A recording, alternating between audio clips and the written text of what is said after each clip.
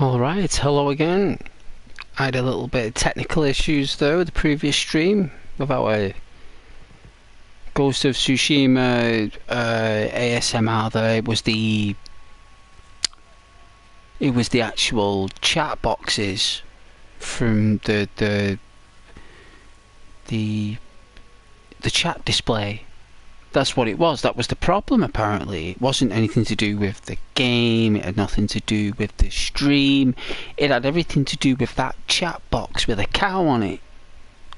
The cow is to blame, right? So I just thought I'd let you guys know that sorry about that. But I'm only joking, it's a technical error. Apparently it's something to do with firmware, software and hardware. And there's somewhere in between all three of them that we cannot comprehend and only the IT experts know. So there was obviously a software issue and an application issue with the streaming software that's used for Sony. There was some technical error. Either it's got something to do with this game or... But the thing is, the error was actually coming up in my main PlayStation menu, so it was affecting the actual graphical array on the interface as well. So I was quite concerned. That's why I ended the stream. It had nothing to do with what was going on. It was purely me being afraid that if it carried on, you know, it would cause a major issue. So I deleted the application, reinstalled the game, restarted the console, deleted all previous activity, and then I loaded it back in, and that's where I am right now. So yeah, it did concern me actually, because what was happening was, where all the multiple coloured stuff was on the right, it was coming up as numbers on my interface screen, so it was just like a load of numbers. It was very confusing.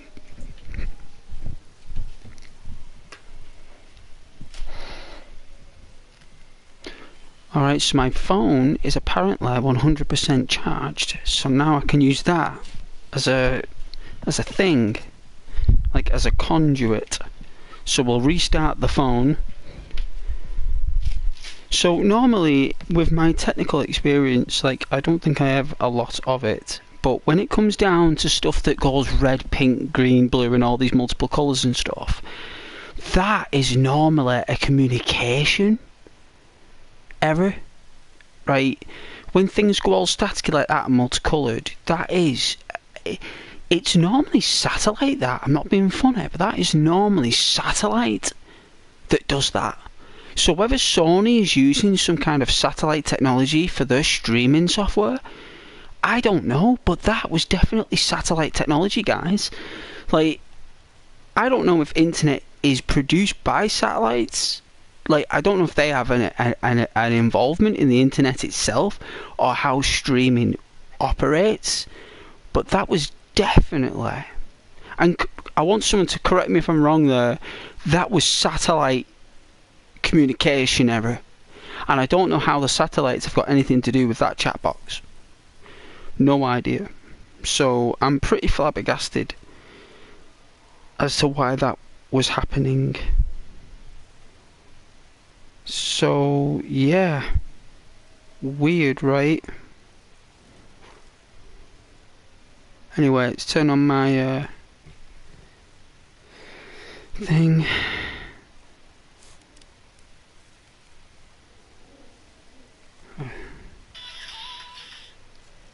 What is that?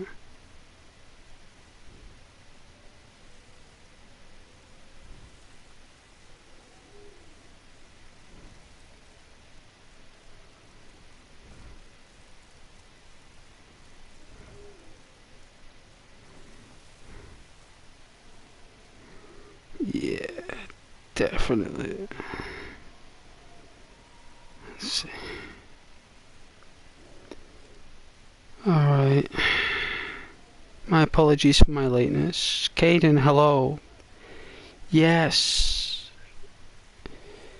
Hello, Caden. Yes, my apologies for the communication array error. I don't know if you guys saw it, but it was absolutely horrific on my screen. Horrific. Hey, Fish. How you doing, Fish? Caden Fish, are you away for... Wow, oh yeah, that is normally what happens. Yeah. Laughy face, skull. Spicer. Hey, Spicy. I don't know why that message come up for review, but I'll show it. I don't know what it means, but I don't see any issue with it, Spice. But I hope you're doing okay, Spicy. It has been a while. Why have you been a stranger to Ghost and the community? Hey, Tub. Yo to you too, Tub. Thanks for joining back, Tub. I hope you're doing very well.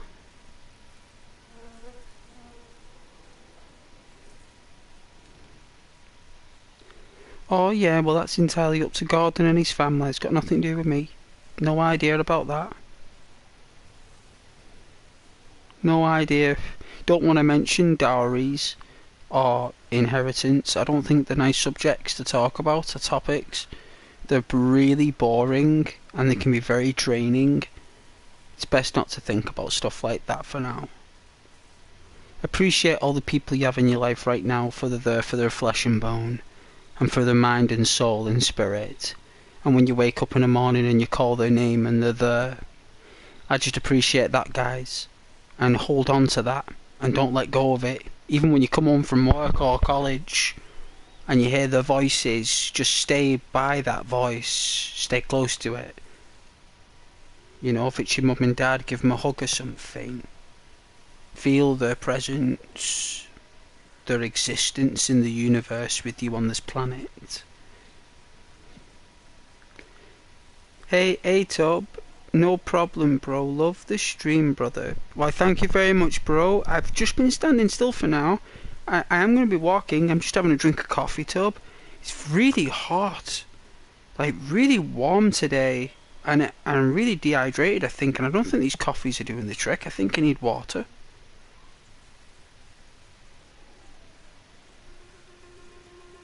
Is it a spam, Caden? Well, I didn't see the issue with it. It's just Spicy having a laugh, right? There's no swear words there. It's not even a word.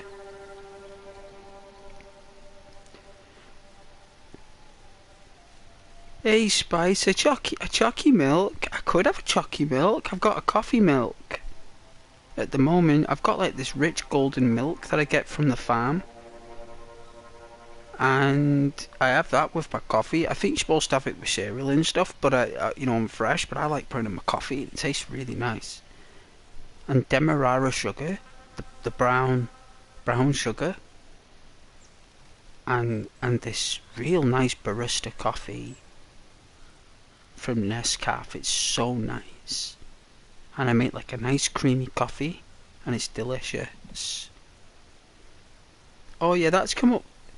Hey Tub, a glass of water will help. Will it, Tub? I will do in a bit. I will. Maybe after I've had the coffee and stuff, I'll definitely have that. Just a glass though, not a mug or a pint. Just a glass. Hey Caden, I like all the colours. It will show that. I don't mind that, kid. I don't know why that's come up for review. There you go.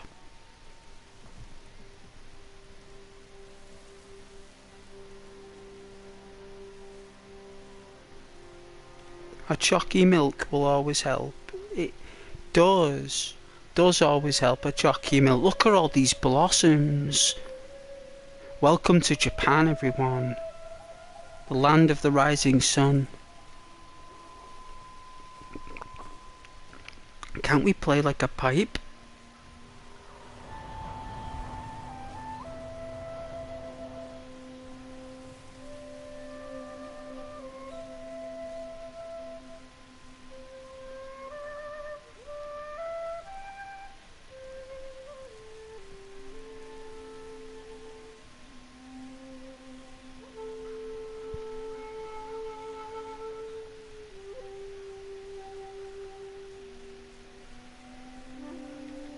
Wow. I wanna learn how to play that flute.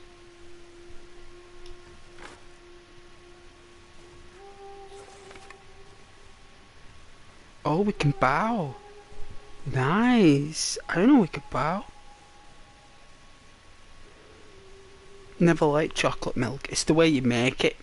It's how you make chocolate milk. It's not about what you serve. It's how it's made, Caden.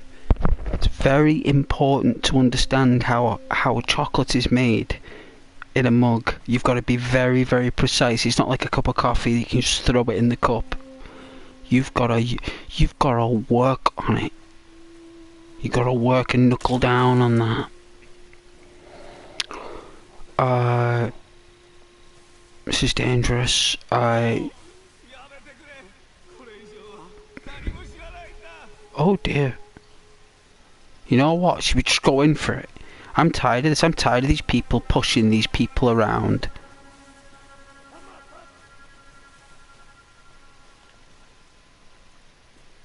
Let's go up in the tulips.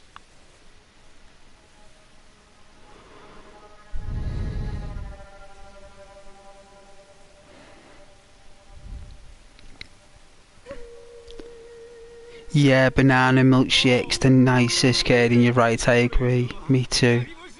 Banana all the way. I like all them animals though, Kaden. That's really nice, that. I hope everyone can see all them animals with the colours.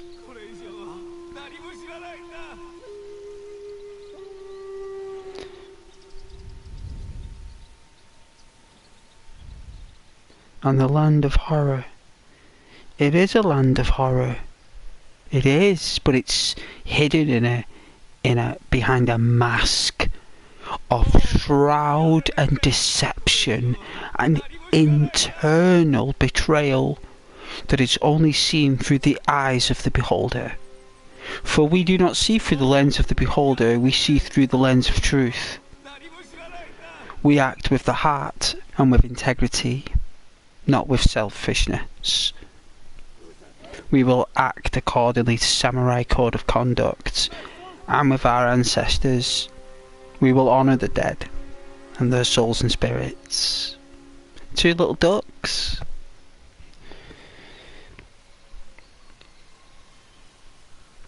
Tub, what's your favourite type of food? Fish. Tub, fish. I love fish food. I do. I like fish. Fish in English traditional food. Shepherd's pie, cottage pie. Fish with fish and fish.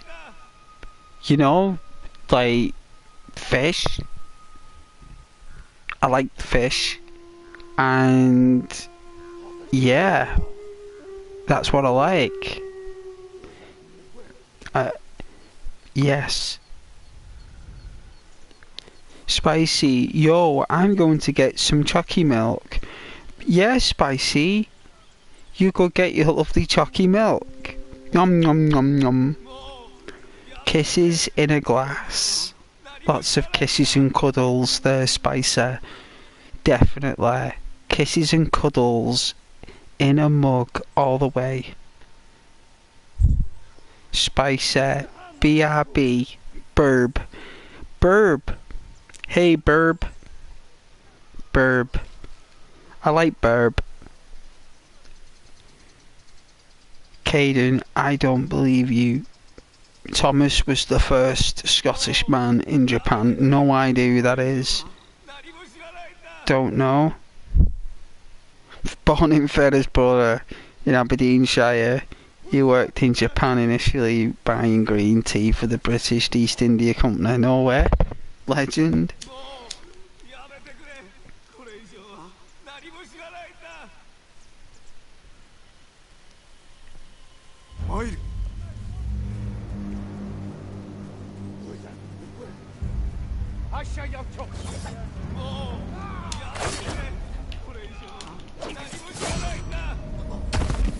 Oh dear, what happened there?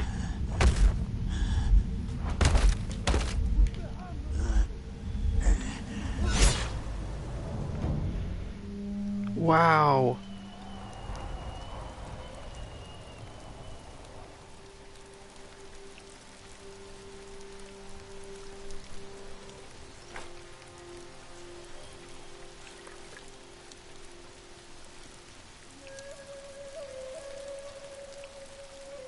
These are strong.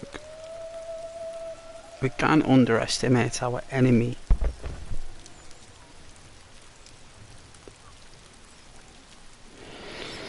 Fish is very nice, but chicken will always be better. Oh yeah, you're a chicken lover. Like the cock-a-doodle-doo.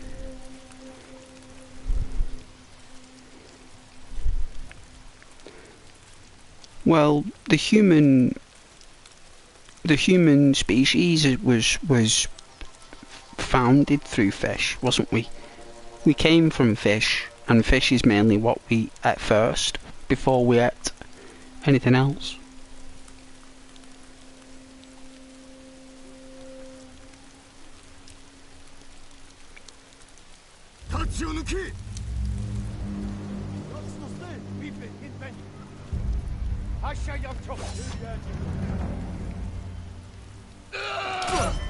What?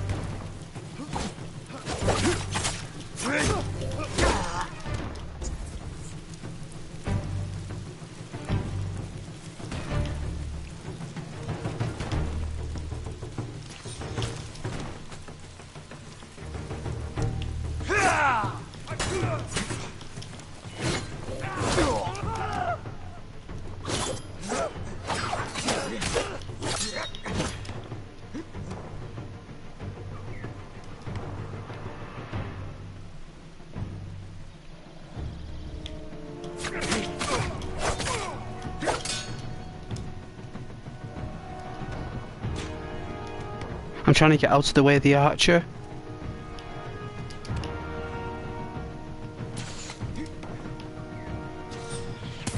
Oh.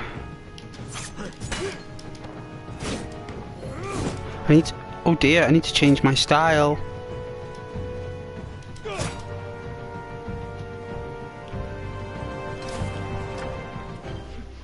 There we go, this is better.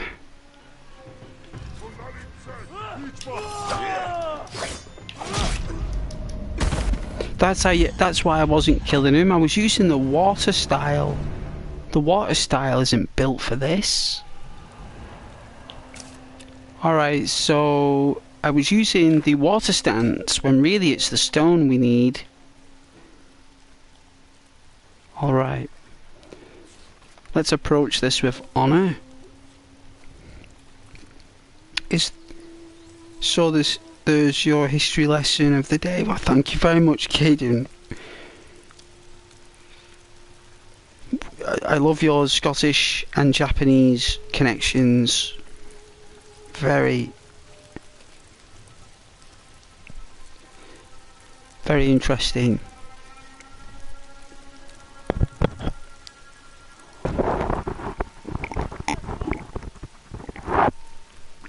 Sorry about the noise there, that was my cup. Alright, let's see if I can do this. My reaction speed's pretty slow this evening, maybe because I'm too relaxed. I need to be more bold.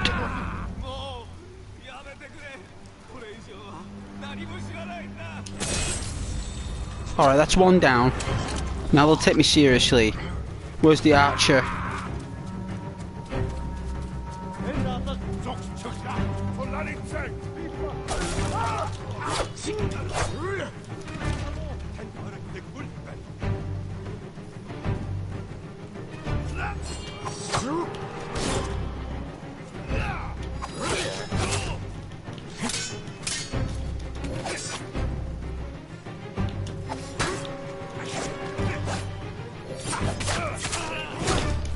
Ooh.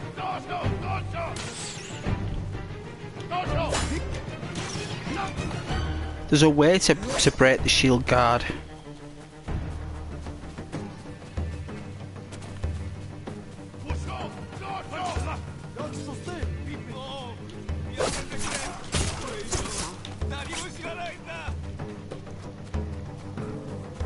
That's the next archer down. There's another one.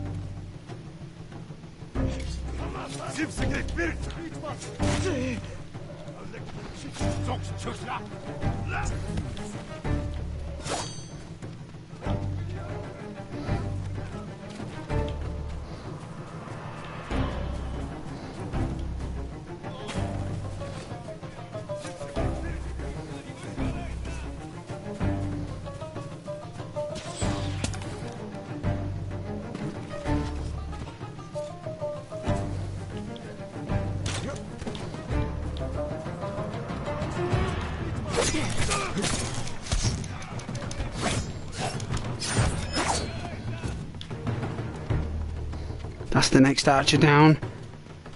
Alright, so that's their advantages down now. I should have a 25% more chance of increase of success here. So...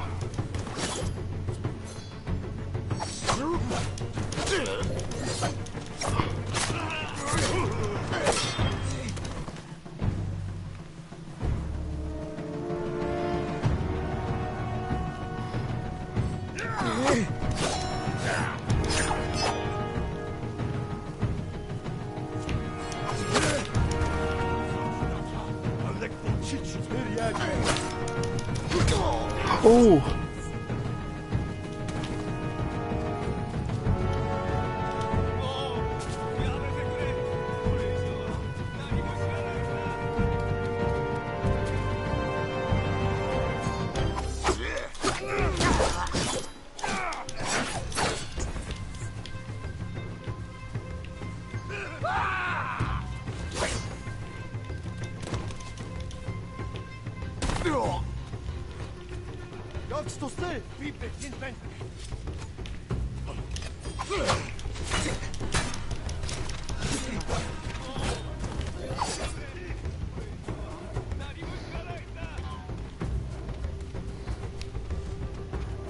I need more resolve.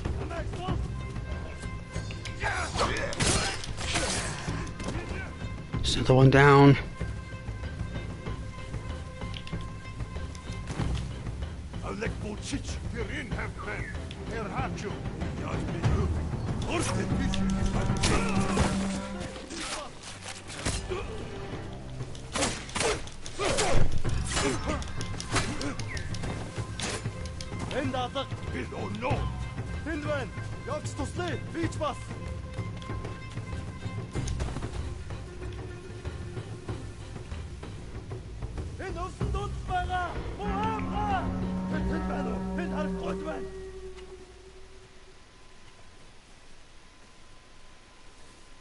Ямар нэг юм харав юм адгаа. Явцгач.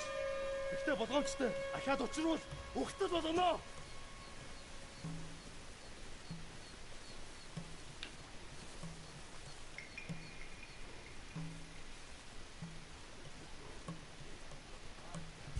Тэнд байна.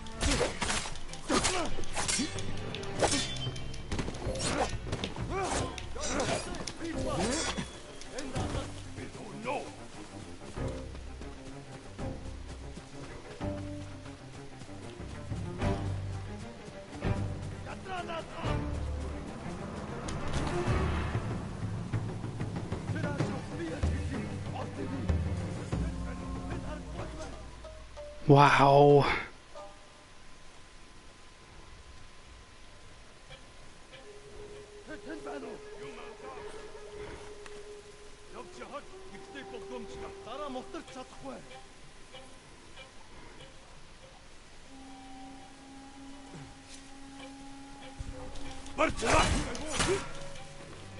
Unbelievable.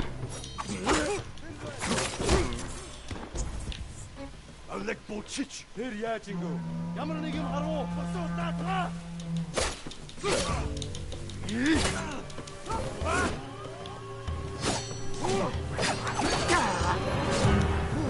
Энд даатга тэр яаж ингэв?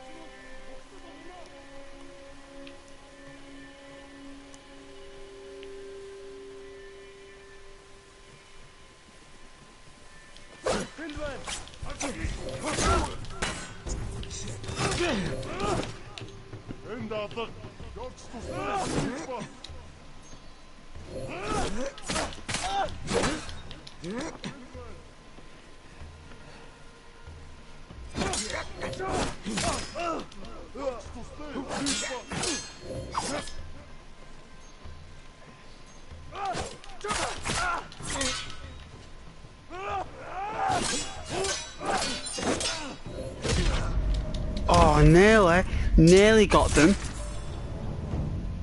I think I'm sussing it out. I think I know what to do.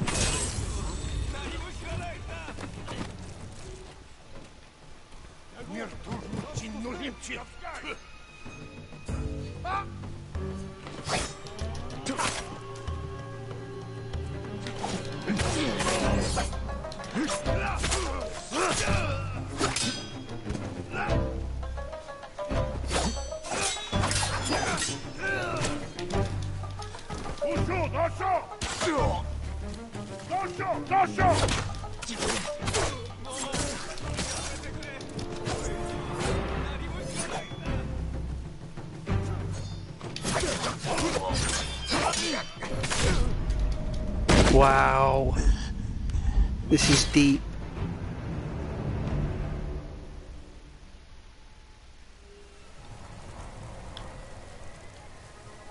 See, that this is why I didn't really want to do fighting straight away, but I've got to do the mission to get it over with, so this is what we're gonna do.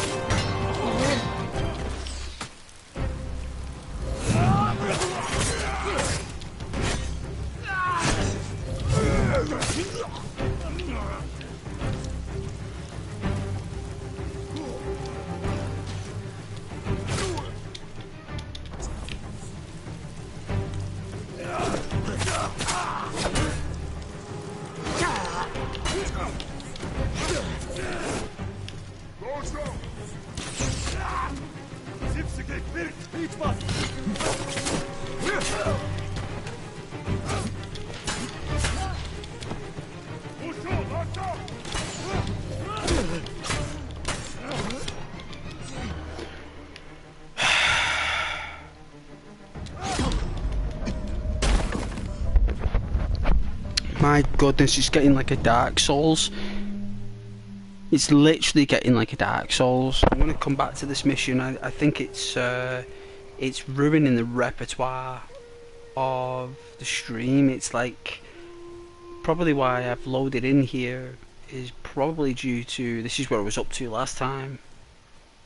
And I can see why I've loaded out at that particular point. I think I know why now.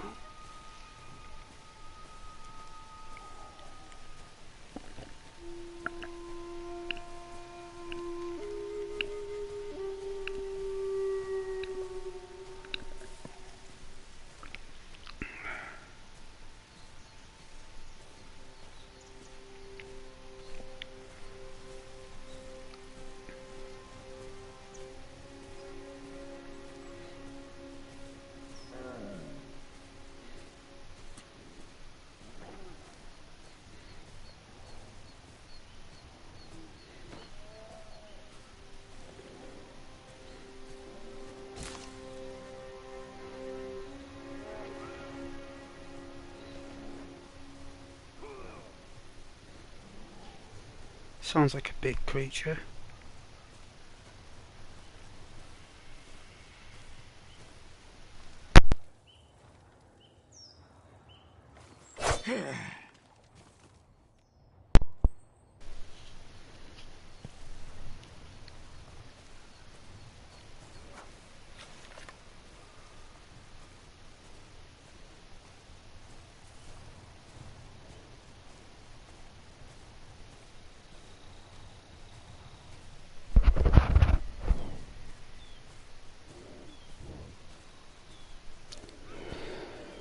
It's a lot to read though, Caden, isn't it?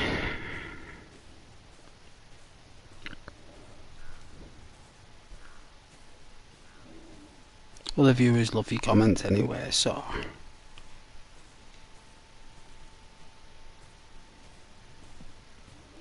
I already approved your zoo of a comment that had a bunch of animals in it, big zoo.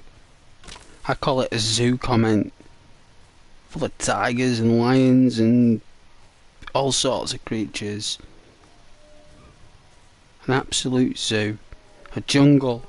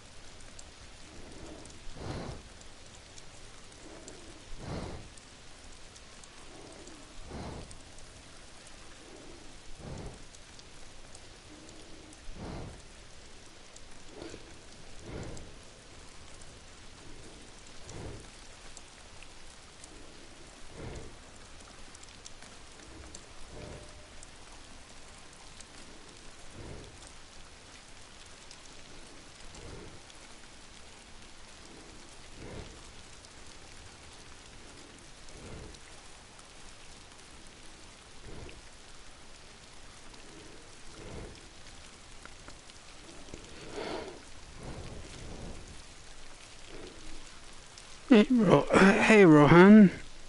Hey Ghost. Long time no see. From my end, love Ghost of Tsushima. Such a well-crafted game, don't you think? It is, Rohan. It's a very nice game. It's an extraordinary game. It's unique in itself. So it's got a different combat system, very hack and slash. So I like hack and slash. Every now and then, God of War, Ghost of Tsushima, Elden Ring, Dark Souls. They're all good, right? Hey Tool. Oh yeah, love arts. Much love back there, Tool. Much love back.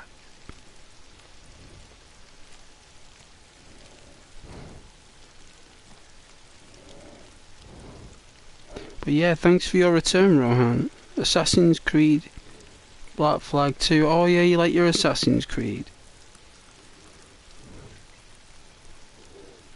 Yeah, it's of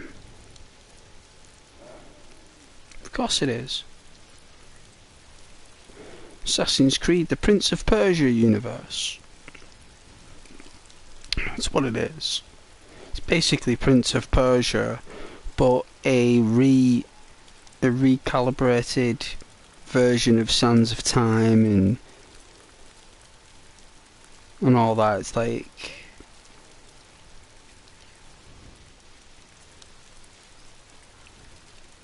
yeah, I like it. The original Prince of Persia was really good. You had to rescue Jasmine from Jafar. You had to go through this massive castle maze. Oh, it was really good. Really, really good. I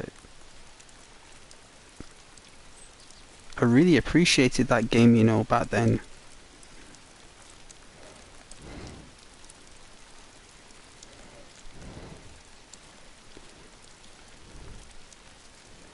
DOS.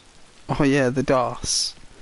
Prince of Persia is a prequel or something to that universe. Yeah, like, well, basically, the Assassin's Creed, right, that storyline is a spider leg from Prince of Persia.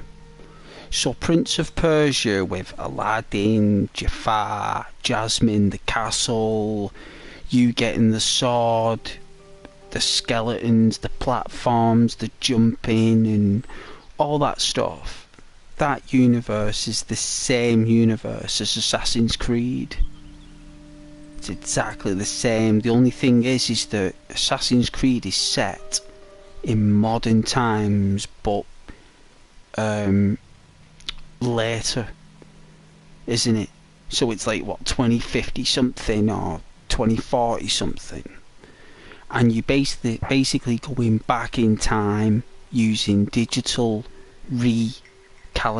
regeneration of memories using like a hardware, where Prince of Persia is not the hardware, it's not the animus.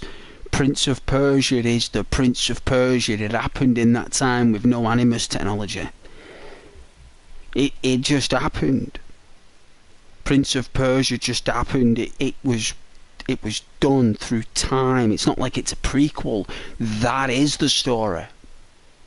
Prince of Persia is the story. Assassin's Creed is an extension of the Prince of Persia series.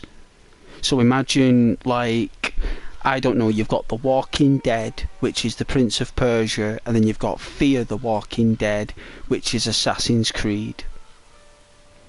That's how you gotta look at it. So Fear the Walking Dead and The Walking Dead are related. They're in the same universe, but they're on different platforms in time and events. So that's what Assassin's Creed is. It's a series based upon the Prince of Persia. One's reality and other is reliving the past with the intention to control and prevent that is future.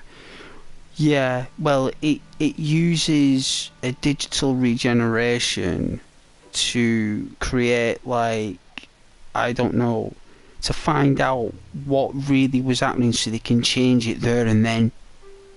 So even though you've gone back in time and you've basically confronted, I don't know, it could be anyone, right? It could be anybody who did something really bad, right, and held us back 1,000 years. What they would do is that they would recorrect it there in the present day, what really happened. That's what they do. So any moment now moving forward, history has been rewritten because of this machine. Changing the actual timeline itself, I don't believe the Animus has that much energy in it to do that. I don't believe it can change the entire cosmos through one's perception. But it's basically,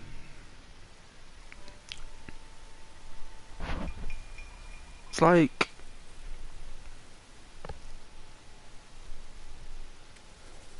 Assassin's Creed is the Prince of Persia, but she's been given a different name.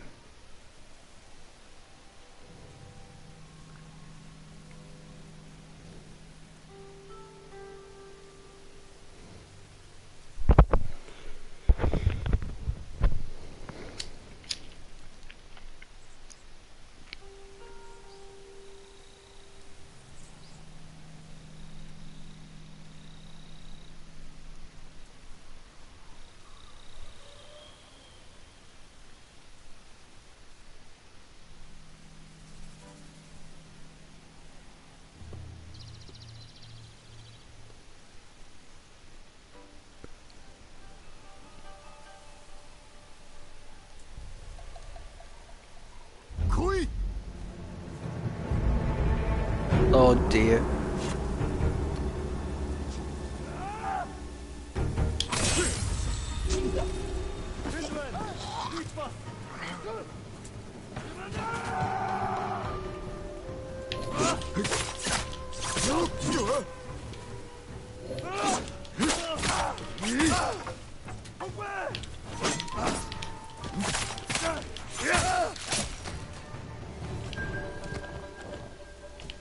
Wow.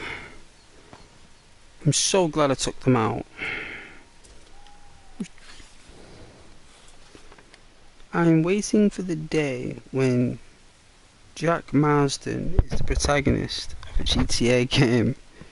Rockstar somehow completing both timelines, but that's just overthinking. Well, Red Dead and Grand Theft Auto unfortunately are two separate planet Earths.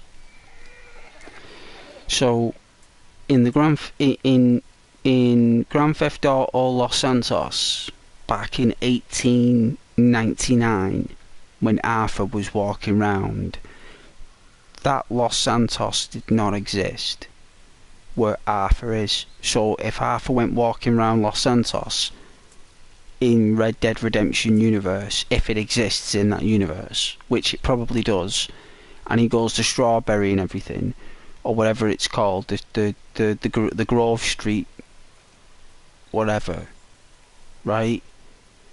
And he goes there. That is not the same as what you have been walking around Grove Street with CJ or Trevor or Michael. That road and those houses and that earth you're walking on is not the same planet. It's a different alternate galaxy that's a mirror reflection of Grand Theft Auto. Like that, it's a mirror.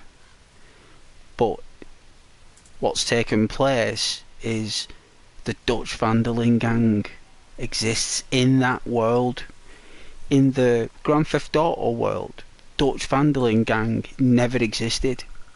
So the reason why the world is like that in Grand Theft Auto is because the Dutch Vanderlyn gang isn't there. Where in the Red Dead universe, that world, the Dutch Vanderlyn gang exist, and because they exist, there's different different places. It's different. The world's formed differently because of that particular outcome. So the odds of Jack Marsden being in Grand Theft Auto, the only way you're going to get that is if they do a Red Dead Redemption where we've got cars and stuff. And Jack would probably be like, what? By 19... It'd probably be the Titanic times Jack would probably be seeing. So you could probably look at it that Jack is actually Jack from the Titanic film with James Cameron and Kate Winslet. That's probably Jack Marsden. That's where he ended up. On the Titanic. And he never came back. Rowan. But it's likely that Jack settled down after he'd taken down that Pinkerton. The ex-Pinkerton. It's likely that Jack just basically took off his gun belt and put it away and said, you know what, I'm done now. I'm not doing it anymore. And Jack probably just lived a quiet life then with his wife. But it would be interesting to see a Red Dead Redemption link, but I don't think it's possible. Because didn't Rockstar confirm that the two different planet Earths with two different outcomes?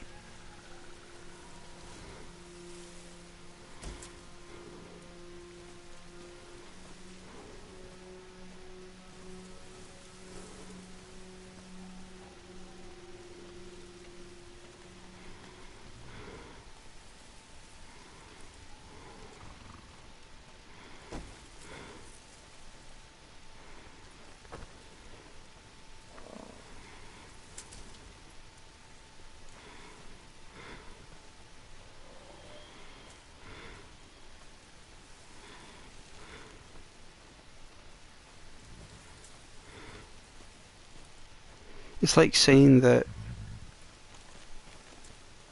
Mega Man and Mario will meet up when Mega Man is set like thousands of years after, probably.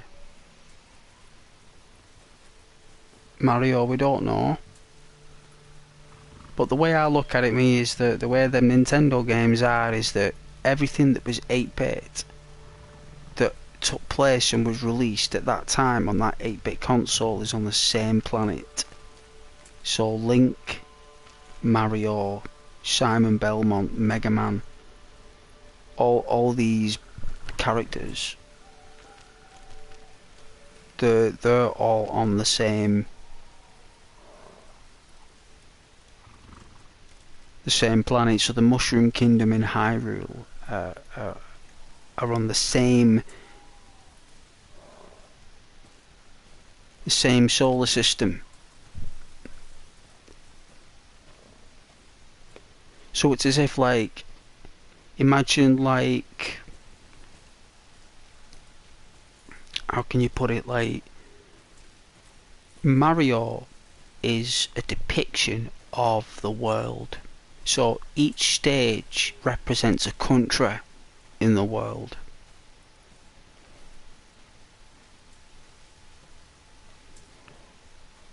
And Link is all about the elements in the world.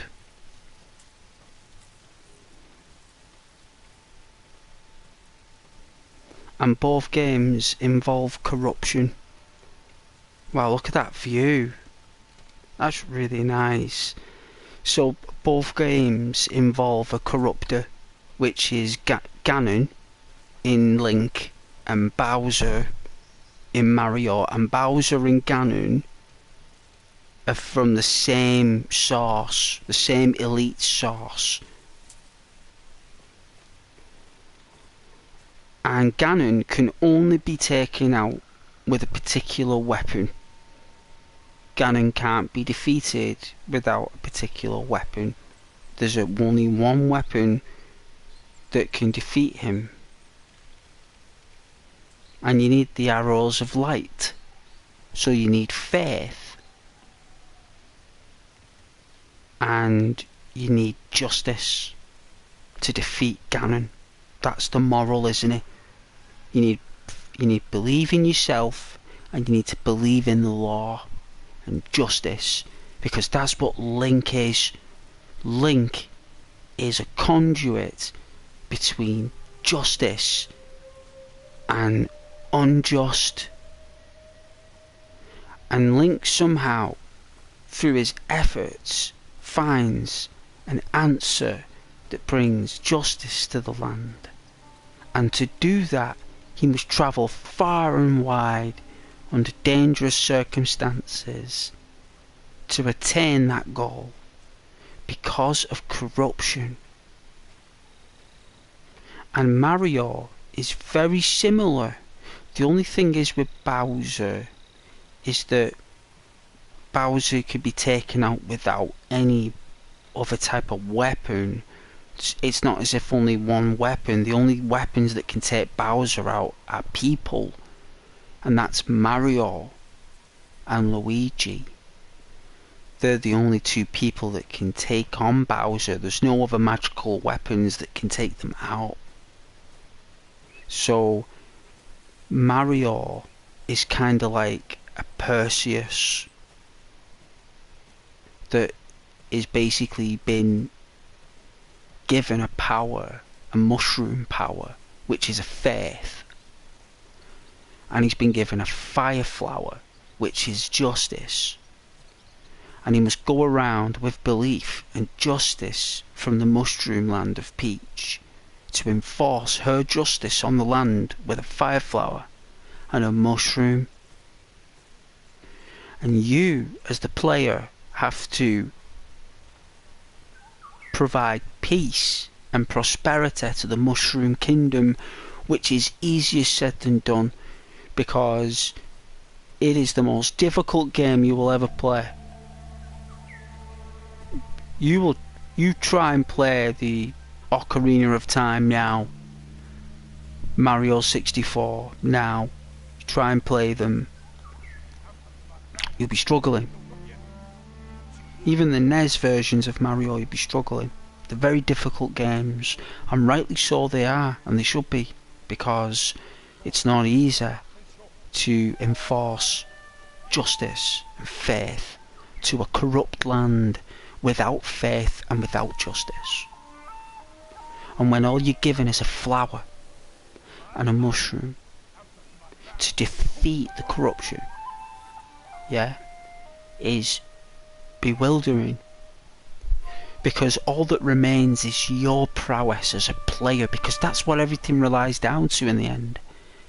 It can be faith, it can be justice, but it's all down to the prowess of the individual that applies it, or at least resolves peace so someone can. And that's where Link and Mario share the same fate. Right, all of it, because basically no one else possesses those powers that they possess. No one else can wield the suits of Mario. No one else can wear a raccoon suit. No one can touch the fire flower and regain fire. Otherwise everyone will just be going around shooting fireballs. No one else can do that. Only Mario can do that. Only Luigi can harness the fire flower, because they're like demigods. And Bowser means basically like Bowser sounds like very archaic for like someone who basically like a dictator, right? So he's like a corrupt dictator, Bowser, right? So imagine that he wants to divide the Mushroom Kingdom into 8 states, and he wants to make them patrolled. He wants to make it martial law, and he wants to increase the taxes. That's why all the coins are everywhere. Because the coins are everywhere because what's happened is everyone's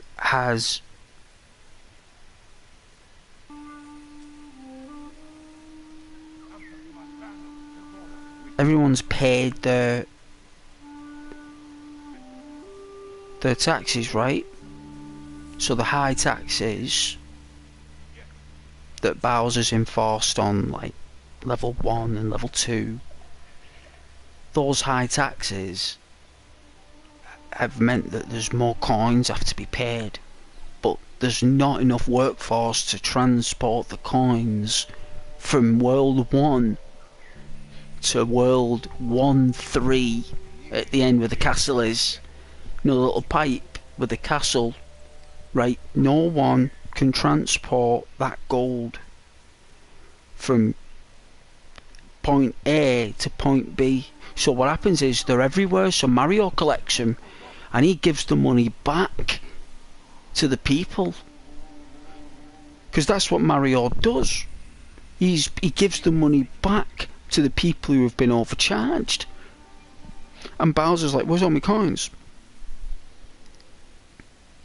You know? And it's like, oh, Mario's got them. And it's like, well, there's a monster dressed up in a Bowser suit in every castle apart from the last one. Every Bowser is a doppelganger. It's not a real Bowser, to keep everyone scared.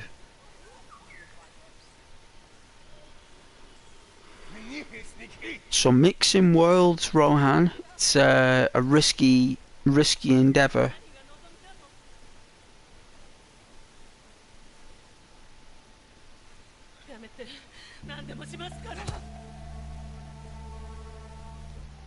Alright, I don't know how I'm going to take these out.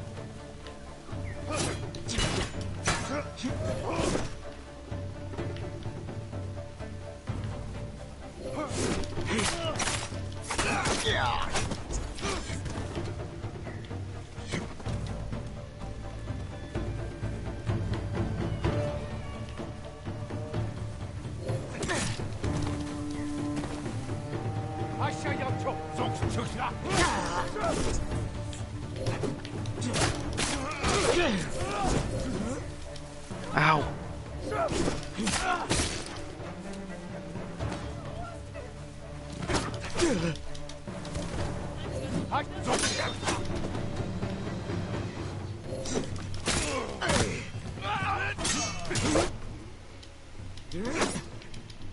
Oh, I've got no energy left. You're kidding me.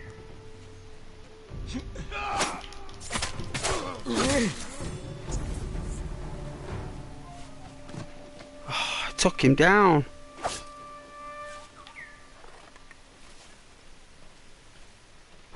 It's good training though. It's good development.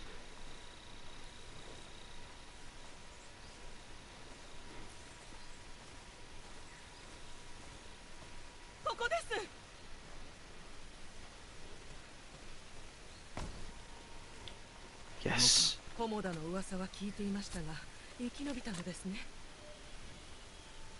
どこで捕まった？カシネの浜ですが、今や猛虎の船の止まり場です。今度での戦に備え船を修繕しておるのだろう。しばらく浜には近づくな。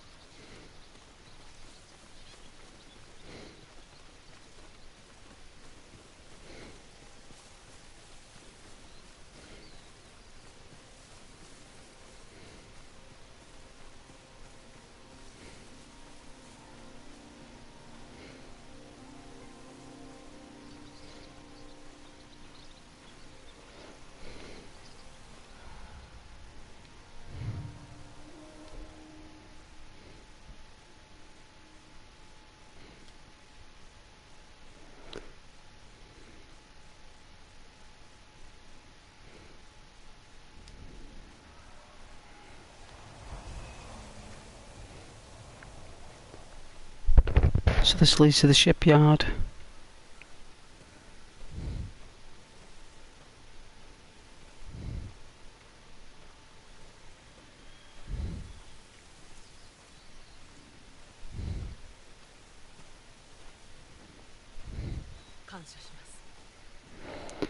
Bless you too, sweetheart, be safe. It's dangerous round here, I would run home. If I were allowed to escort that lady home, I would.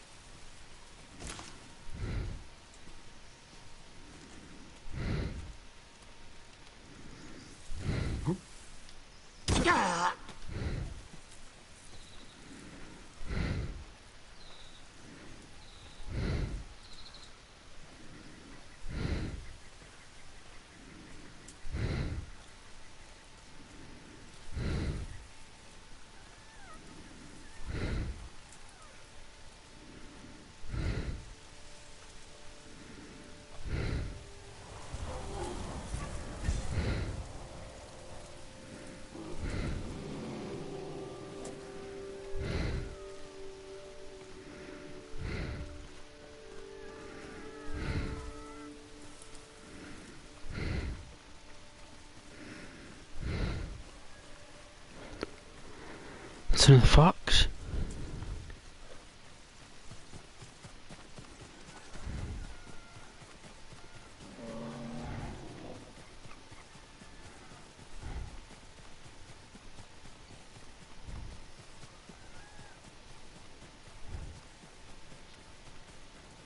Hey little guy, where are you taking me?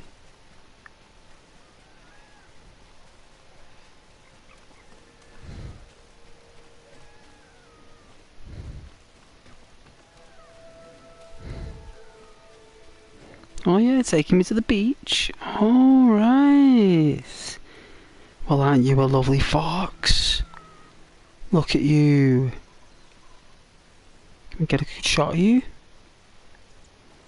Camera not let me? Kinda. Hey hey.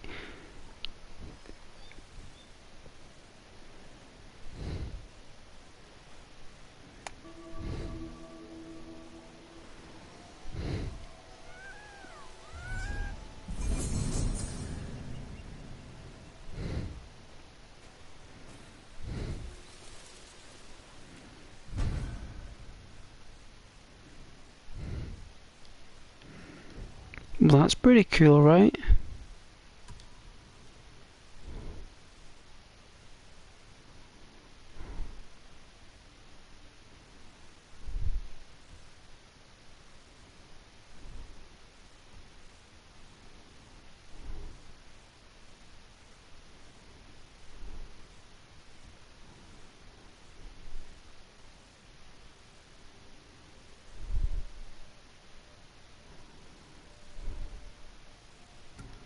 I guess this will do.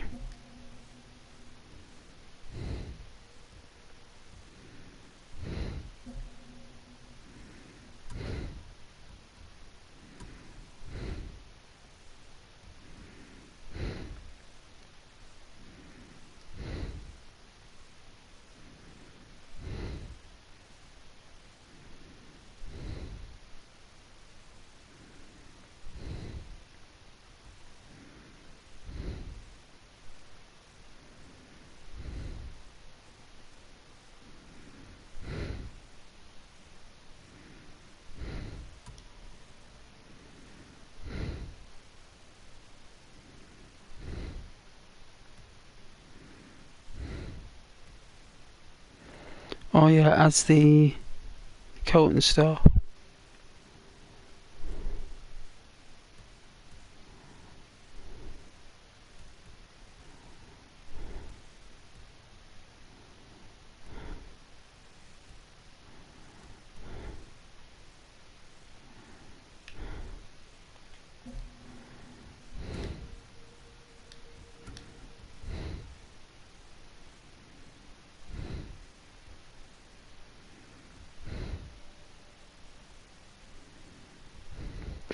It's damage beyond repair. Well, that's what they all say.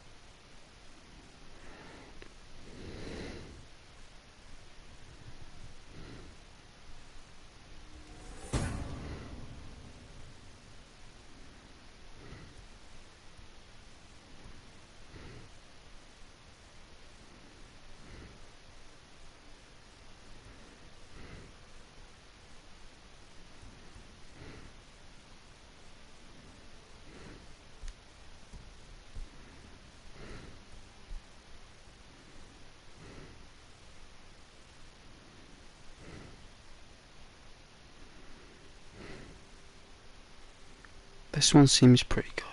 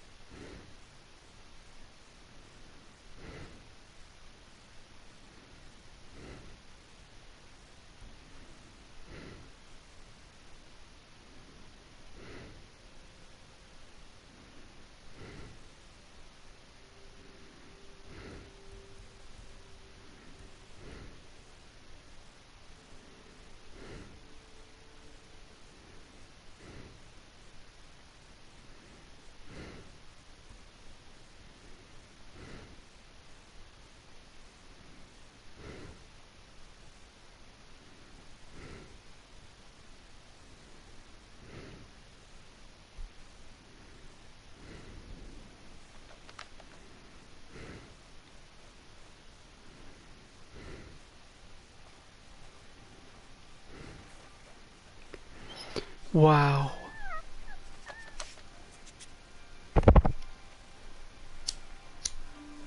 Wow.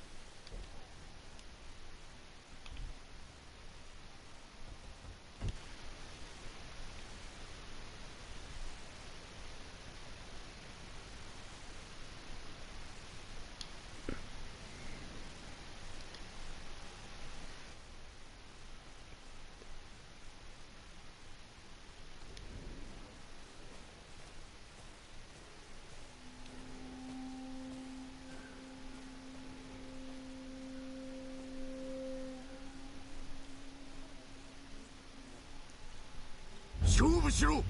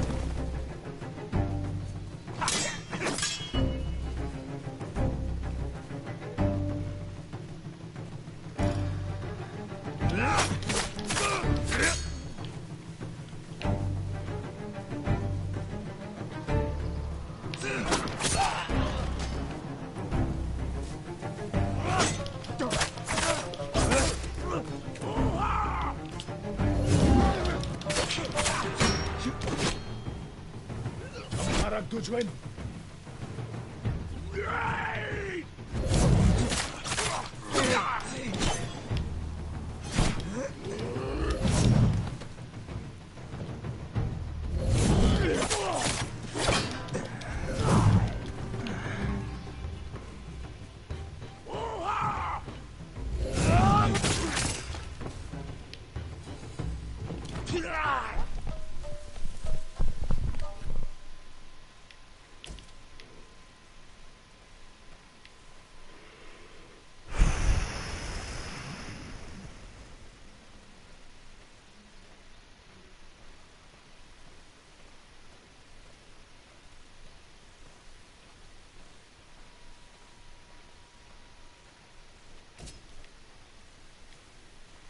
Looks like they got them throwing knives. That's about it.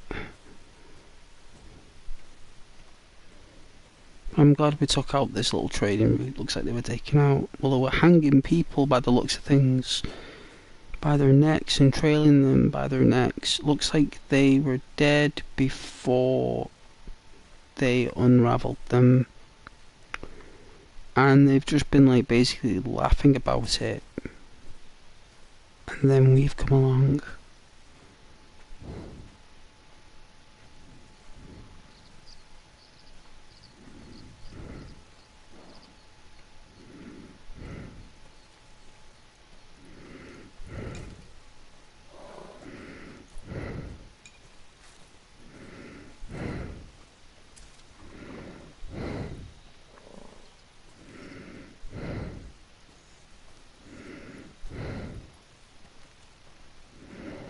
So we got the steel.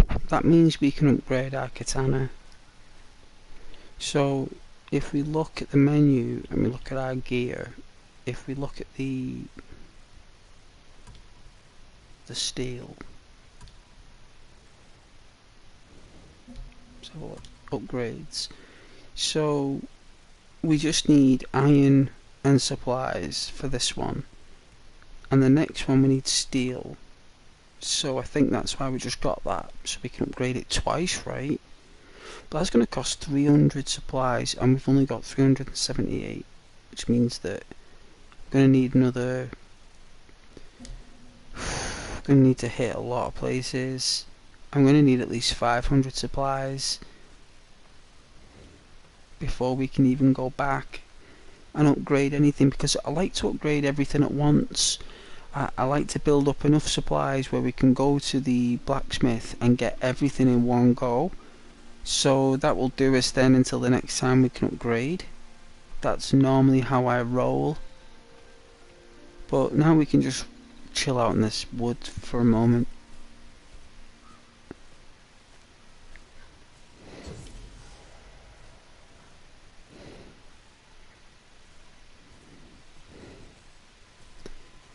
Which means another fox will be approaching us soon.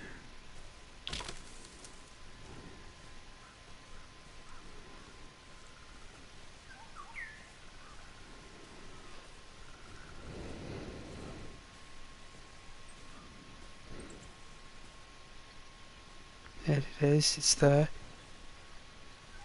It's over there, the fox, look, it's going to come over to us.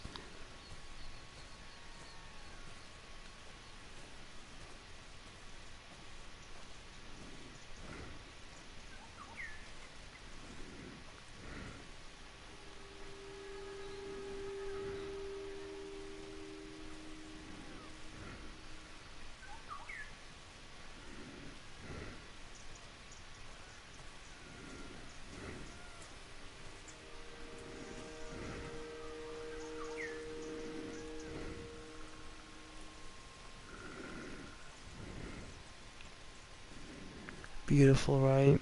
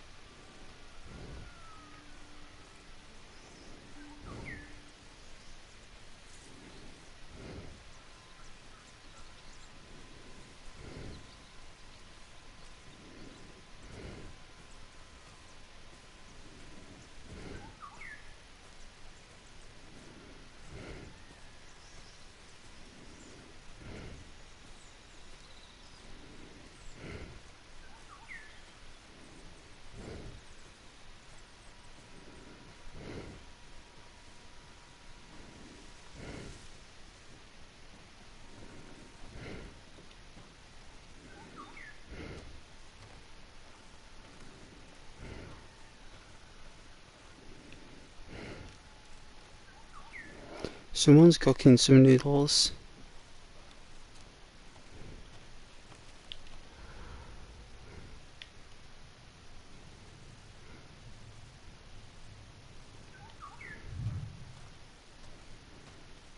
No one in here, there's nothing in here.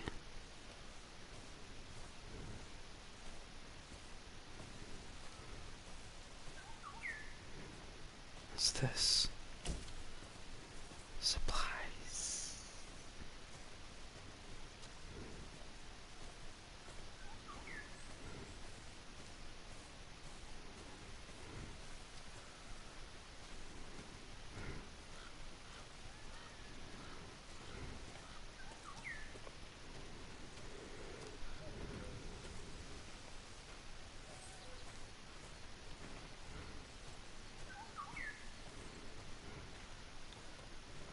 Wow, look at the light in the windows.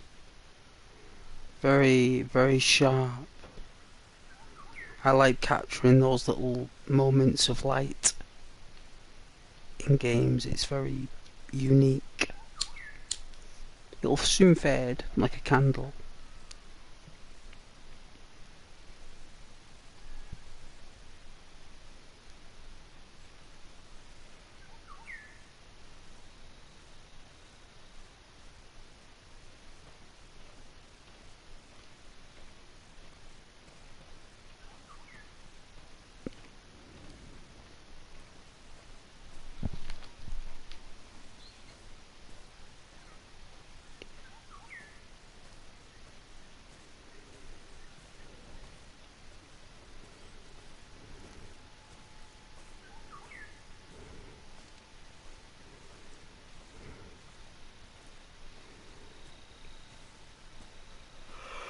Wow, that's pretty nice.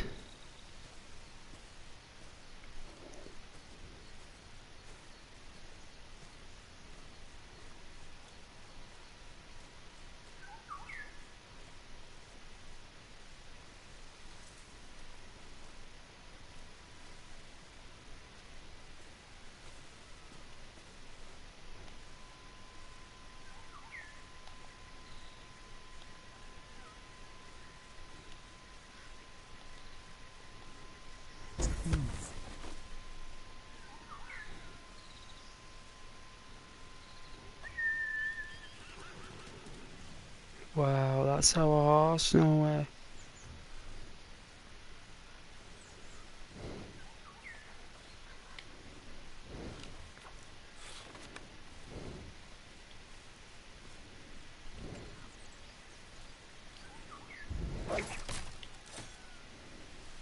Wow, I didn't know I did that.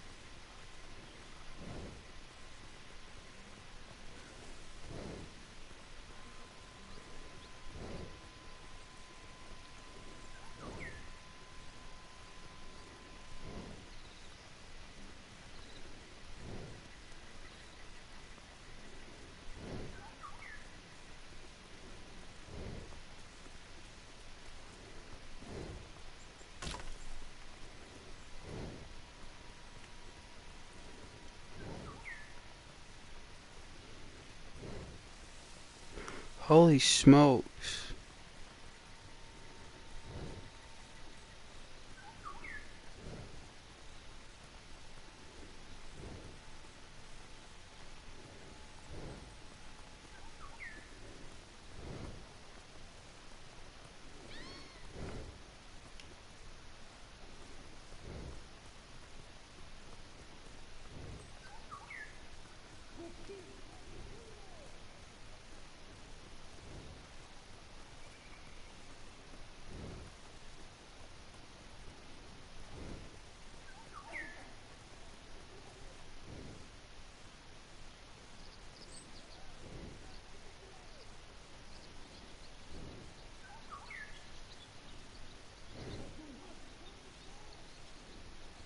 I can hear something.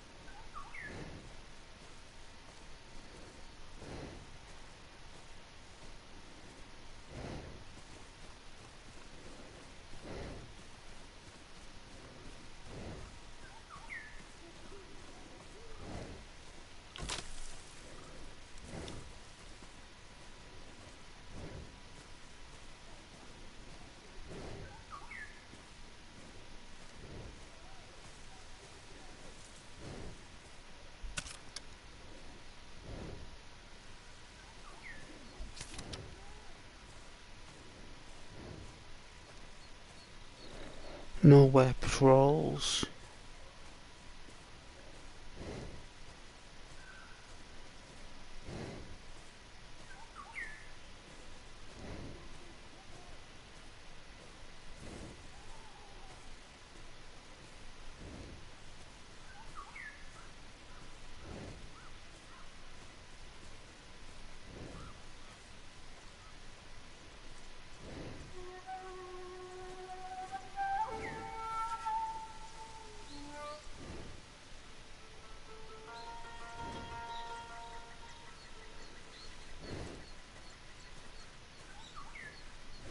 Who's that? 尋常に勝負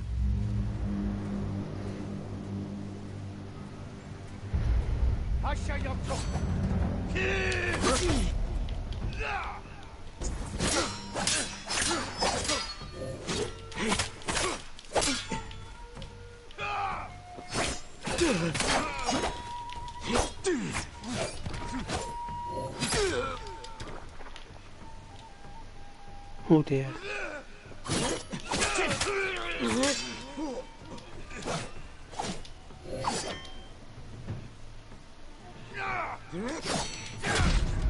Wow. Killed by a pirate.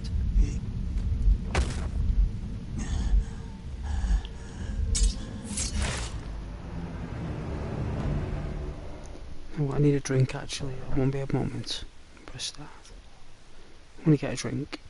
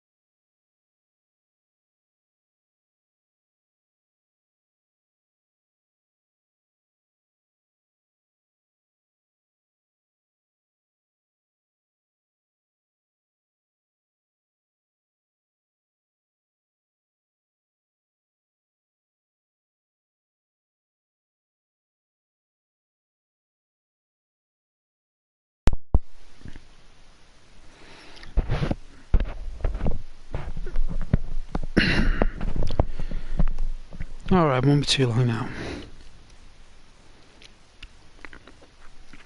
You know what, it's been a pretty warm day actually. I really needed that mug of water. I was very dehydrated though. Well, I was parched, actually. Parched would be the right word for it.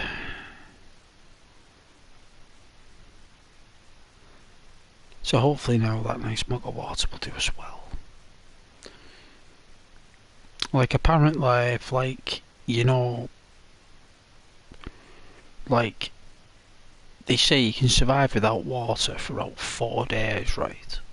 Before you pass out. Right, 4 days. So say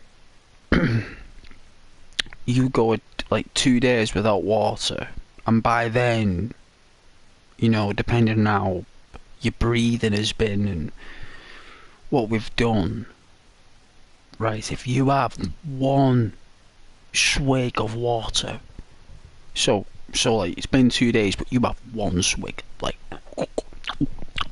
you put the cork back on, that will do you another day. Like you won't have to drink any water for another day. You could function. Like you'll probably still be a bit disorientated, but you'd still be able to function and move and walk and still be conscious, and then a day later you take another swig.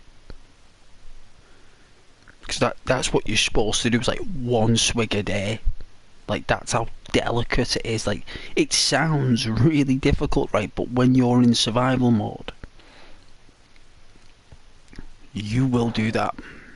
Your body can. You know, just that one gulp. It's just when you start increasing your intake, like you go, oh, I'll just have one more actually. Like, you know, I'll just have that one extra. It won't be alright, you know. You can't do that. You've got to stick to like the one gulp per day. And that sounds very challenging. You know, while you're walking, breathing, functioning, and you've got to eat as well. That's going to make you want to drink more. So what you eat as well is important, you know. Probably fruit would be the best thing, because there's a lot of water in fruit, isn't there? Natural water. Like, because there's water that you drink that's from the mountains, and there's water that's in fruit, and that water that's in fruit is different from the water you drink from the mountains or from your tap or from the shop. That water is special water. It's been put through the stems of the fruit. Watermelon, excuse me, watermelon, bananas, apples, lemon, lime, kiwi fruit, all of them, they've all got a drink in them. That's why they try and use like these juicers, they're called. They're called a juicer. They're not blenders. They're not smoothie makers. They're juicers. They destroy a fruit and absorb all the liquid from it. Take all the liquid from the pulp. Because it's the pulp that makes the water. The pulp itself contains it. It's filtered through it all. And when you have fresh watermelon and it breaks up the fruit in your mouth, that water that hydrates you, it's like a super water. It's a gift from the gods. Because that is the type of water we are conditioned to have.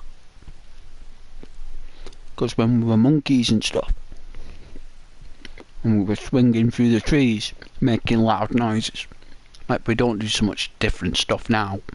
We just don't swing in the trees anymore, we just walk around.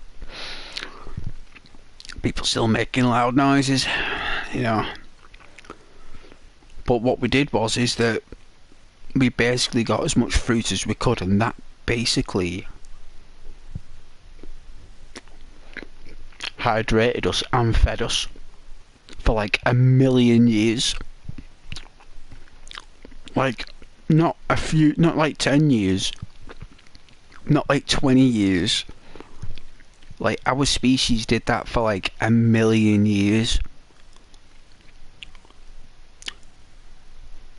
It was only until like 1,000,000 years of our evolution. Because we've been here for about 2, haven't we? 1.9 million or something years we've been here for. And for 1,000,000 of those years was purely fruit and vegetables. Even a water source would have been difficult to actually attain, because unless you've been in some kind of natural reservoir that created a waterfall that was part of your like crib, a settlement, like a Homo sapien settlement, early Homo sapiens, very early, and we're lucky enough to have a waterfall. But if you didn't, you just ate fruit. And that's why that's the best thing for you under anything is fruit, because there's a special water in it. And that water, right, back then, these fruits that were on the canopy, right, that water inside them fruits contained an antibiotic. Right, so it was the type of antibiotic you get when you go to the dentist. So when you go to the dentist, say you get given antibiotics by the dentist and you didn't take the tablets, right, for some unknown reason, right, you didn't take them, someone stole them or they've gone, right. When you go back to the dentist for your operation, you say, I'm very sorry, I didn't get a chance to take the medicine. They'll say, right, here, take this. And what they'll do, they'll go in this little special cupboard they've got the dentist, right? And it's very rare they do this. It depends on the situation and the budget that they've got at that dentist. And they'll pull out a little satchel. And in this little satchel is like, it's basically the type of antibiotic that you drink rather than take it in a tablet form. You literally ingest it, and you ingest it with like water, basically, right? You get given like a special water from the dentist, and they'll be like, right, drink that, and it, you know, you can actually have flavours. You actually get a choice of a flavour, right? If you're quite fussy with your medicine, right? You get a flavour. I took banana, because I really like banana flesh. I'll have that banana if that's okay. So yeah, sure, you can have banana. And it's funny, they're all in fruits, right? It's not like you get like chocolate flavoured or licorice flavour or Coca-Cola flavour. Like, they were all like fruits, melon, lemon, whatever. They're all fruits. And I drank it and I said, what's this for? He said, it's basically an antibiotic that takes effect within 20 minutes so I can do this dental procedure. So it was a special type of liquid, and that special liquid is in fruit, right? It's obviously not as potent as that, because that's been manufactured for a situation, like it's been pharmaceutically made in a lab. It's going to be different. But what I'm saying is that's already been done. It's already been done. Nature already provided that type of access to that type of ointments and drinkables way back then on the canopy. There's a name for the fruit. When we were Homo sapiens, we'd rub it on our wounds. We'd actually get the fruit, and we'd actually break the fruit in our hands and rub the water from the fruit on our wound, like that. And it would heal it within the next day. It was healed.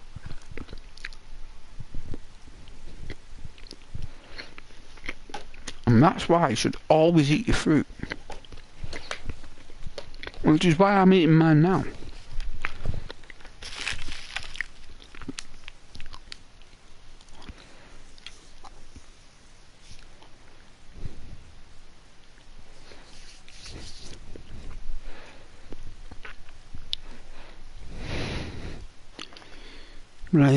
I think it's Friday. Well, it's Saturday now actually, but it's been very quiet these days.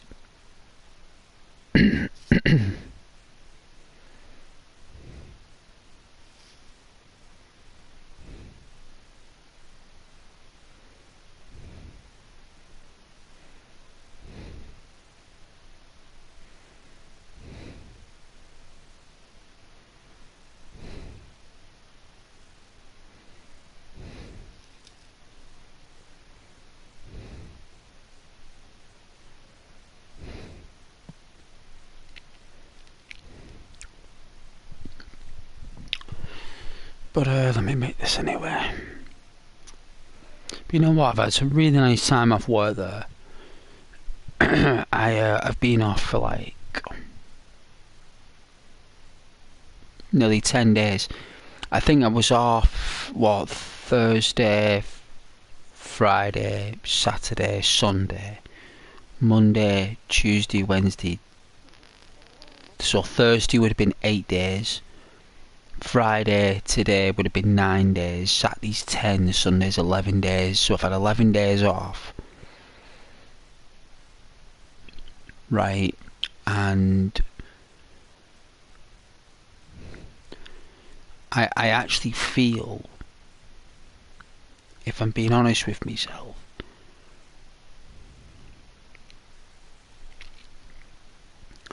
I need another 2 weeks off. Like, I was that tired.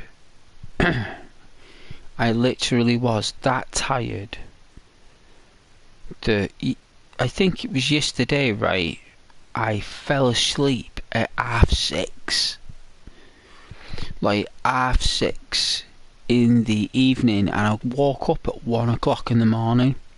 Why I fell asleep at 6:30 is beyond me. And waking up at 1:30, it doesn't make sense. But anyway, my body said, like, you need to sleep at 6:30. So I did. I just did what it said. And apparently that's a good thing. Like, good. Lots of sleep. It's what you need. It's what your body needs.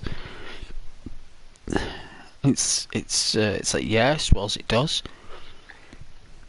Like, what do I need? Like 11, 12 hour sleeps every night. It's starting to feel that way. Maybe because my metabolism is so high.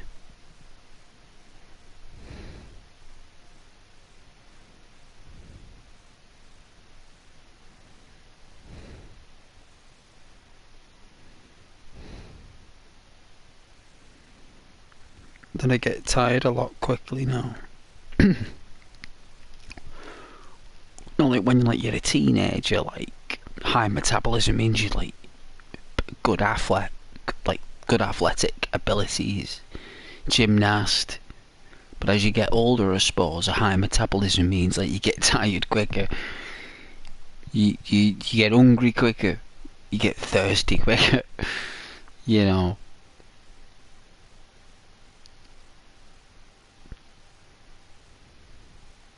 But I'm gonna eat more fruit this summer. I'm gonna eat lots and lots of fruit.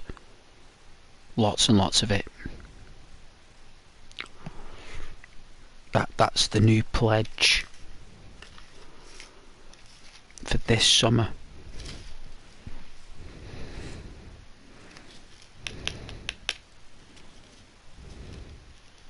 And the tennis as well. Oh, the tennis. Oh, them women's singles. Oh man, them, like, the best thing about Wimbledon is just, like, some of those, like, female contestants there, them athletes playing tennis, they're absolutely extraordinary. You know, I work that much that I miss Wimbledon, right? I do. The only time I got to watch Wimbledon, right, properly when I was working from home, right, and I had this job where I was taking calls at, like, I don't know, like 6 in the morning, right? Well, I was up at 6, but I was taking calls at 7, and I was finishing at, like, 4, I think. I was finishing at 4, sometimes 3. And Wimbledon, right, was on early in the morning, right, about, I think it started at like 9, 10 o'clock in the morning, right, so I just have Wimbledon on TV on mute, so there'd be no noise, not like anyone could hear anything. But I could sit there and watch Wimbledon while I was at work, and it was great. But I was in my element, me. I was like, I can get used to this, watching Wimbledon while I'm, like, at work, and no one knows about it. No one say anything. Like, this is great, and it's so therapeutic, tennis. It's very relaxing, tennis. Oh, I watched everything that year. I think it was 2021, or 2022 maybe. Hey, Cat. Hey, Ghost. Yeah. I was just explaining my Wimbledon days of it, like, I never get a chance to watch it. I'm hoping I get a chance to watch it this year. The only way I'm going to get a chance to watch it is if I quit my job. I mean, like, I'm quit because I'm watching Wimbledon. That ain't going to happen. But yes, I hope you're doing very well, Kat.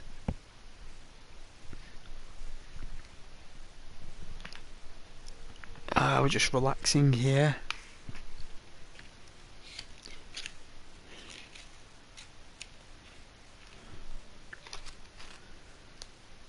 I should have picked up some cigarettes when I was at I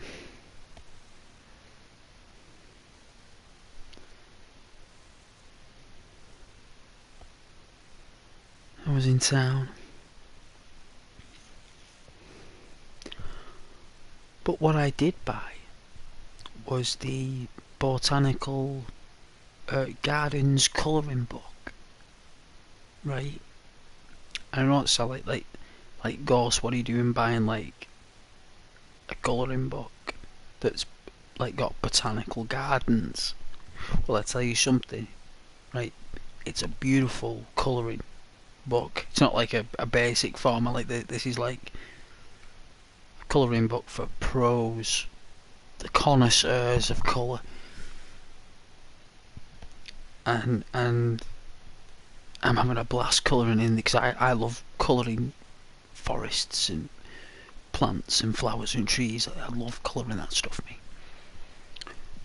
And I found this colouring book that's just dedicated to those type of colourings, and I'm just like, yeah, that's way up my alley. So I've been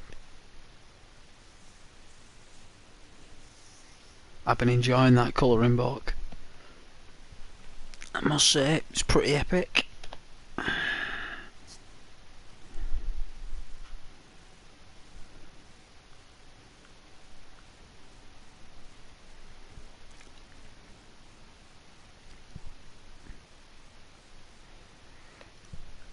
But I hope you're doing well though, Kat. I know a lot of people just come and go and say hello. I appreciate that.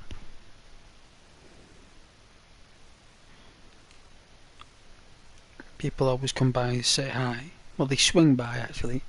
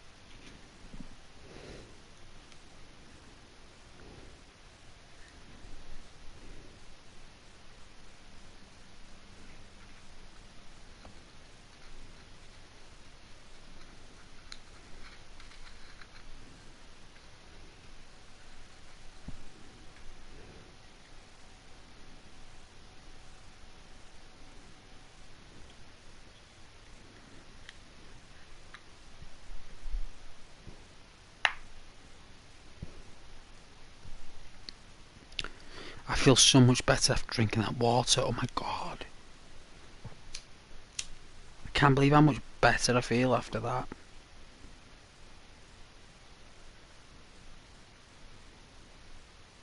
It was that McDonald's I had today in town.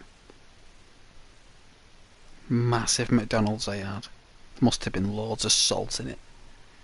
Must have caught up with me there like in the evening.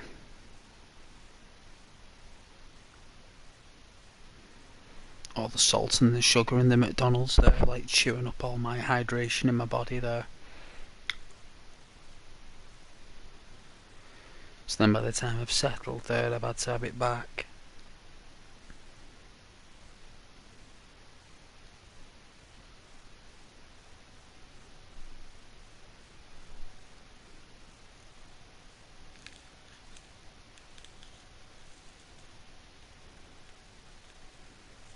The only thing I can't give up is caffeine. Even, I think the best I can ever do with it is just cut down, right? It's the best I've ever done. I can never completely eliminate caffeine as a drink, like coffee. Like, I've tried to not drink it. I always give in. I remember, like, I think 5 days went by and I didn't have a drink of coffee, right? Not one drink. And I remember one day I was just like, this headache came and it wasn't going away. It was a very dull, bland headache. And I was like, you know what, like, I need a cup of coffee. That's what it was telling me, because apparently I did the wrong thing by stop drinking it. I should have like just had 1 cup a day or something, but me being me, I just stopped it, and it created that headache. And then as soon as I had that 1 cup of coffee, and I'm not messing when I say this, when I drank that cup of coffee, it felt like I had some kind of new life force in my body. The feeling of this cup of coffee was like it was a feeling of joy, happy. I don't know what it was, but I felt it. And I was like, no way, it's the caffeine. And as soon as I had that cup of coffee, right, that headache went in 5 minutes. So the withdrawal symptoms from caffeine is headaches.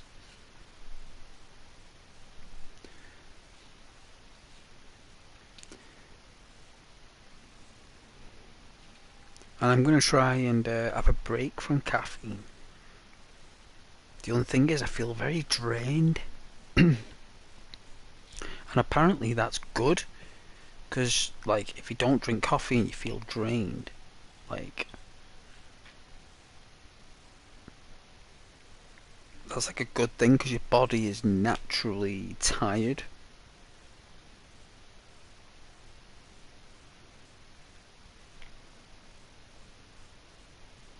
So it's like, oh yeah, that's cool.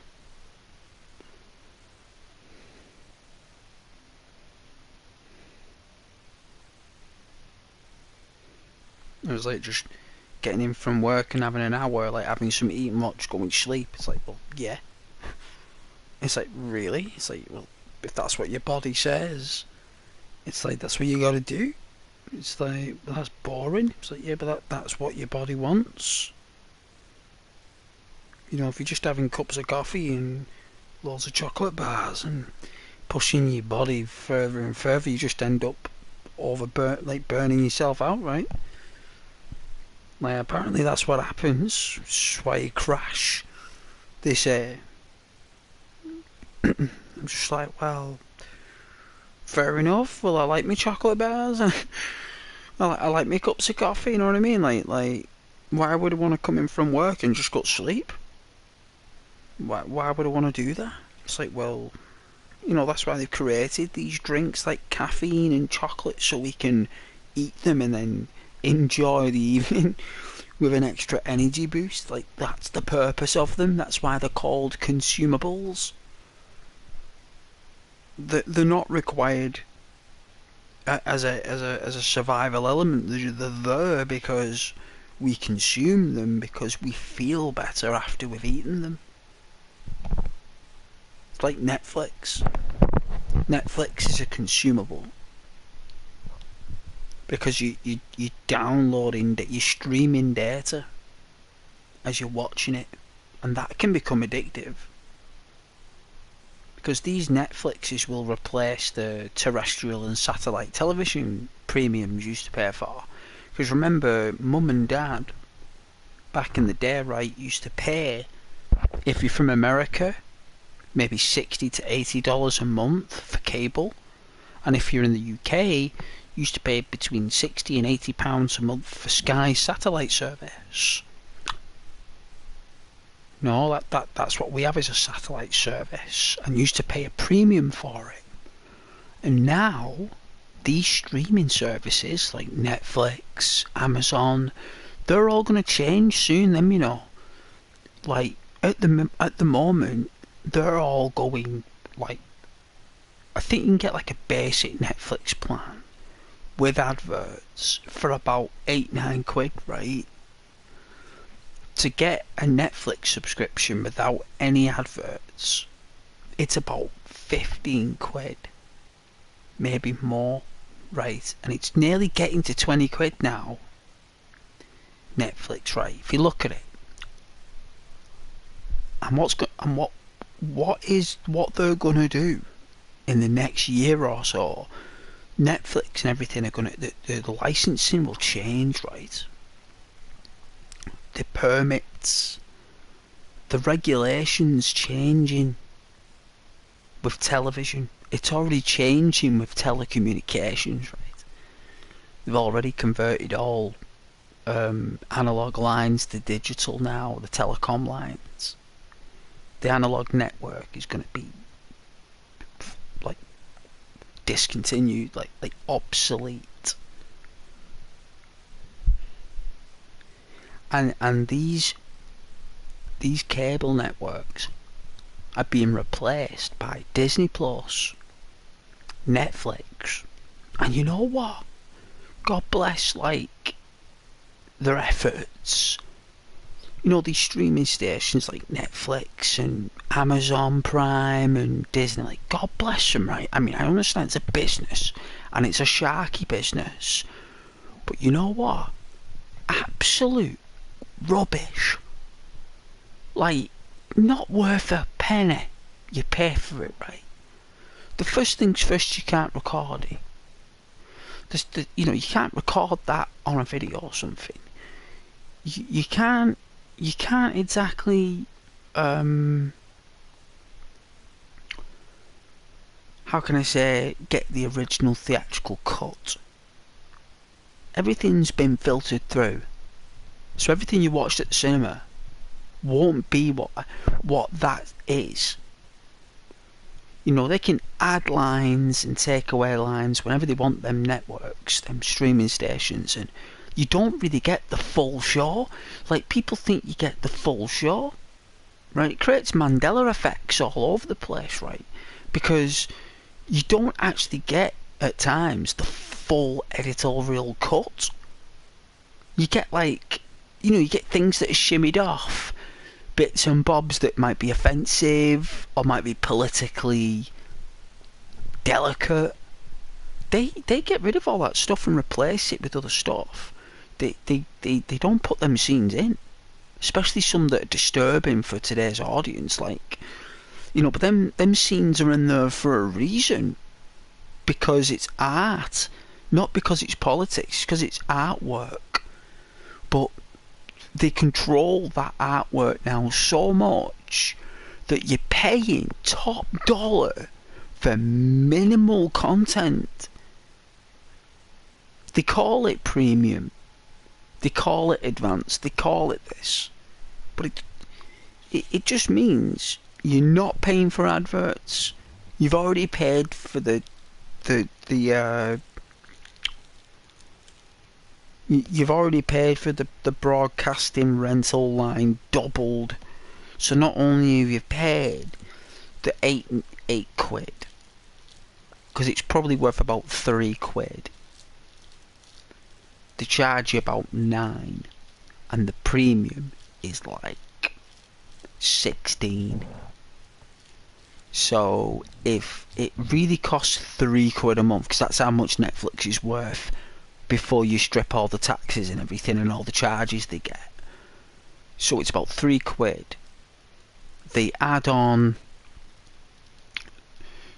3 times so they need to take in 3 times the profit what it is they charge for it.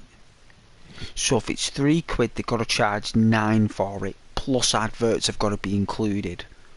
So adverts probably take up, the charge of adverts is, so what, 9, 10, 11, 12, 13, 14, 15, £7. So that means that if Netflix is actually worth £3 and the adverts charge 7 to Netflix, so Netflix get charged £7 per premium for adverts. That's basically it, because they charge you 3, 4, 5, 6, 7, 8, 9. That's £7 for the adverts. That's the £8.99 premium. But they put adverts in with that. So even this is how they operate, right? This is how these business operate. How they function. Basically, the basic premium for Netflix, the £8.99, is already enough to pay for the adverts. You've already paid not only for access to all those shows, you've already paid for your internet connection, and you've already paid for the adverts. But what they've done is they've thrown the adverts in there anyway, right? To tell you that they're in that package, even though you've already paid for them not to be there. They've just not told you that, right? They've just not told you that. They've just basically, like, you know, said, oh, this doesn't come with adverts removed. Even though you've already paid for them to be removed in the beginning. They've put them in anyway, so then you've got to pay another, like, £7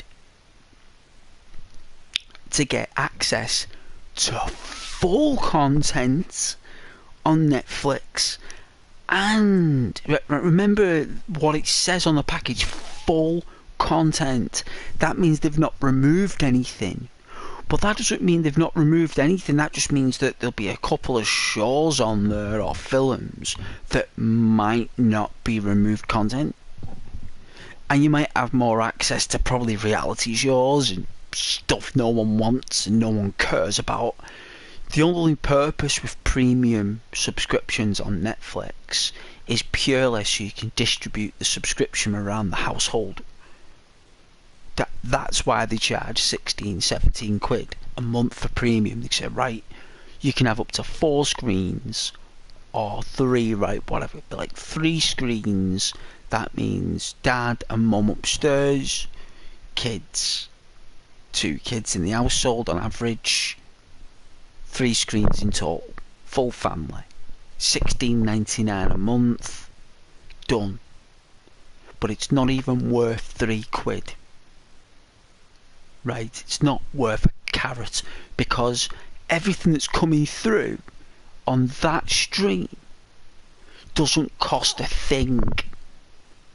You basically are just paying, right? It's like you're going to the supermarket, you're going in the supermarket, you don't buy anything, you go to the till and you give the cashier £50 for walking around the supermarket and looking at stuff. And you're like, thank you very much for that £50, sir. You're very welcome. Thank you for letting me watch the content in your supermarket. It was great. I really enjoyed sitting there watching all the stuff on the shelves. It was very interesting. The milk, the sugar. It was great. Here's £50. Can I come back tomorrow? That's a month's subscription, right? Yeah. Yeah, you can come back and look at all this stuff again tomorrow. Thank you. That's what you're doing. Because none of that stuff is actually worth anything. All that stuff is already physical media. Everything that's on there that everyone's streaming is physical media. There'll probably be 0.8% of stuff on those streaming networks that are not physical media, And that stuff that's on there, nobody watches. The only people that watch stuff that isn't physical media that's on those streaming stations are people who have got no idea what they're watching. It's just on by default. So anything that's got physical media to it, that's where the value is. Because that, you own something. You own it physically. You're not paying a rental fee for that media. You own it. And all that stuff, right, that you see on Netflix, right, at the minute, all those little squares in there, because I've not had Netflix for about 6 years. It was probably when my mum was still alive I last had Netflix. And it's probably the same setup, right? It's the same gig. It's probably got the little squares and that. And you select down the categories, horror, sci-fi, and all that, right? And then what will happen is basically there's going to be like 3 forms of Netflix, right? At the minute, they're doing it through screen sharing, and content is divided into 2 separate sections, full content and content. And what will happen is this is what they'll do. They'll put it into 3 categories. The first one will be 30 quid, right? The second one will be like 42.99, and the third one will be like 60 quid a month for Netflix. This is what it will turn into. It will. I guarantee within the next 18 months.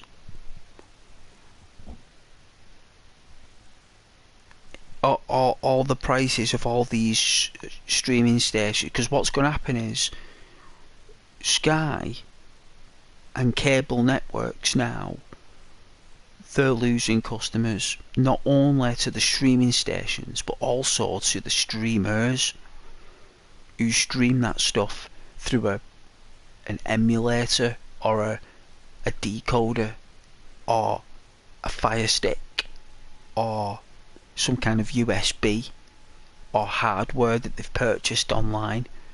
There are many ways that you can have access to content, right?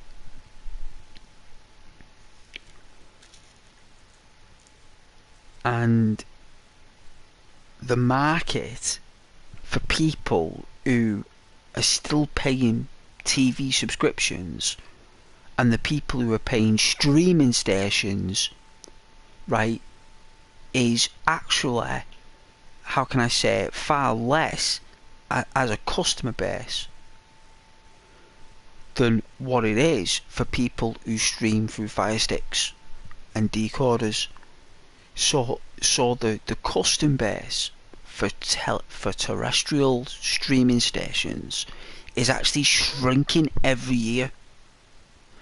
The market is actually losing customers, because not only are people passing away, people are losing their jobs, people like find other ways to get the content. Some people just go back to Freeview.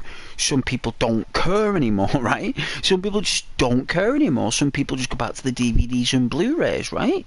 Like, that's just the way it is. They get out the DVD player and they go back to that. They don't care anymore, right? And it's getting less and less. So they can remove the content at any time. So you could put on the streaming station on a Tuesday and you'd be enjoying a lovely series, and you could put it on the Wednesday and it's gone. And they don't even have to tell you it's gone. It could just disappear, right?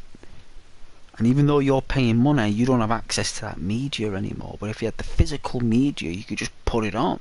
You could just turn on your DVD player, put in the physical media, and set the TV picture, and away you go. Not only is it better quality than the streaming station, it's a better picture quality, it's a better audio quality, you can control it better, you've got more features, it's a disc, so it's running at very powerful rates and ratios. You're getting the maximum quality. And not only that, it's yours. It's yours. Like, you own it. No one can take that away from you unless they physically take it from you, right? With these streaming stations, you are restricted. You are confined. And you know what? The actual audiences that watch these streaming stations like that. They like it. They like these things.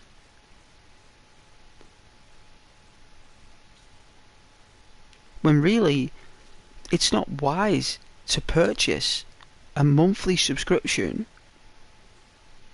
with television. It's like the amount of subscriptions I had to cancel when I realised 1 year, it was like something like £70 left my bank account. Like, just £70. I was like, where's this 70 quid just gone? Like, and it's only until I looked, it added up, it was like Xbox Live, right? Amazon, Netflix, right? There was Disney Plus, there was Apple TV for some reason that I had no idea about, right? Now TV, right? I was like, where all these come from? How can I be paying for 6 different subscriptions? How is that even possible? And it all added up. It was like 60. It was something random like 67.99. I was like, that is disgusting. And I didn't even watch any of it. So that day, I was like, right, I'm going to cancel this. So, you know what I did? I was like, right, there's no phone number. So you can't phone up and cancel. Right, so like, okay then. So, I'm like, right, you got to log in. So I was like, right, okay, I'll try and log in. Oh, that password's incorrect. Reset your password. So, right, so finally, that took about 20 minutes. Reset your password. You're like, right, yeah, reset my password. Great, I'm in. How to cancel? You cancel that. It's like, oh, right. Second factor ID to cancel your subscription. It's like, what? Second factor identity to cancel my subscription. It's like, yeah, we need to send, you need to set up an alternative email. So they made it really difficult for you to cancel these subscriptions. I was like, what a pain in the keister. So eventually I ended up going through all these, hitting every branch on the way down this cancellation tree, and it's starting to annoy me. So I'm like, right, okay, so I've cancelled that. Right, that's £70, but then you've got to give 30 days notice. So not only that, when you cancel, you've got to use up to your renewal date. So you've got a renewal date, right? So it could be another 29 days from now. So you've just missed that window. So now you've got to pay for another 60 quid next month, right? So another 60 quid, 67.99 leaves your bank next month, because all the renewal dates are the same, right? So you're like, wow. So not only are they there, they're like little tripwires where you sign up to a 7-day freebie somewhere, and the next thing is you're paying for 6 different subscriptions. And then by the time you know it, you've got no money. And then you cancel all this stuff that you never watched and that you don't care about anymore. And then you learn that you never needed it in the first place. That all you ever wanted was love. All you want is attention and love. And someone to tell you that you are important to them, and that you mean a lot to them, and that you're a great contributor to this household or to this place. That's what we care about. We care about talking to each other and communicating with one another in a positive and spiritual manner. That's what we've done for hundreds of thousands of years. That's the only reason we evolved. It's the only reason we are here. It's because we communicated with each other in person, as tribes, as clans, as anything. And these streaming stations are made to divide the rooms, right? Because if you look at it from a perspective, right, these streaming stations are charging families, close, connected, loving, caring families. These streaming stations are basically convincing families they should be in separate rooms, using separate devices, so they can watch what they want, because no one can agree on anything anymore. So you know what the solution is? Give them complete access. And you know what? We're going to charge you for it as well. So not only are you charging us money to divide the family up even more, which has long-term effects, by the way, not short-term, long-term effects that happen years later.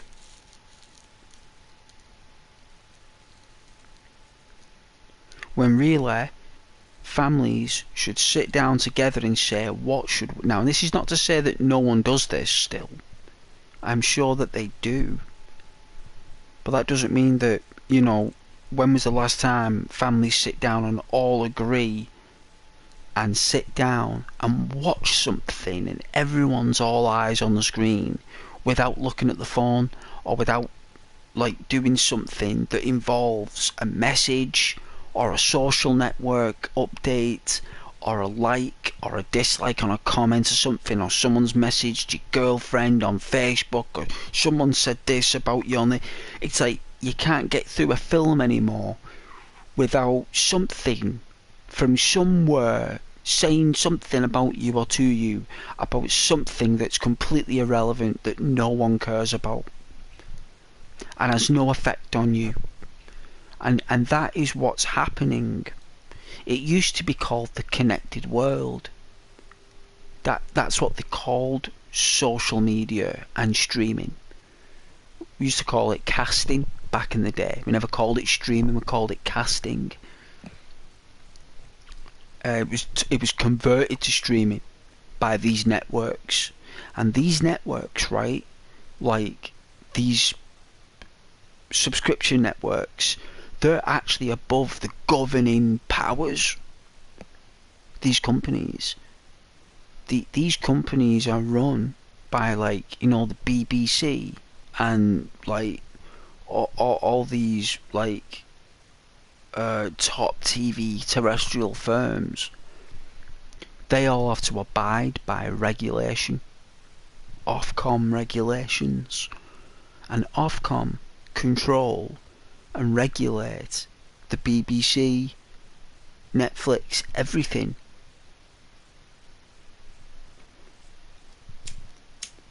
And there'll come a time when Netflix will charge top dollar for the you know, soon you need to get one of their boxes.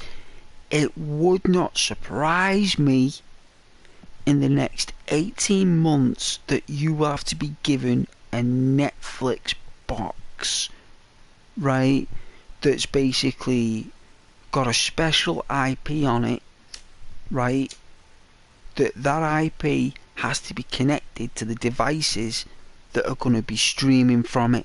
So instead of you just having, like, three random devices in the house, whether it be a BlackBerry or a tablet or phone, in the next 18 months what will happen is that you will have to log into the box itself. There'll be like and this is what they'll do. So they'll have your IP, you know, all the IPs and all the devices, so they can trace them. And that's information, that. Because at the moment, they just do it through, like, if you've got 3 devices, if you log in with that email address on another device at the same time as 3, it's classed as 4 devices. So they'll charge you an extra premium for the extra device that you used. So the premiums aren't in the quality of the content that you're purchasing. The premiums you're paying is the division of screens that broadcast it. So that's where the money is. A divided household. That's what people are paying top money for.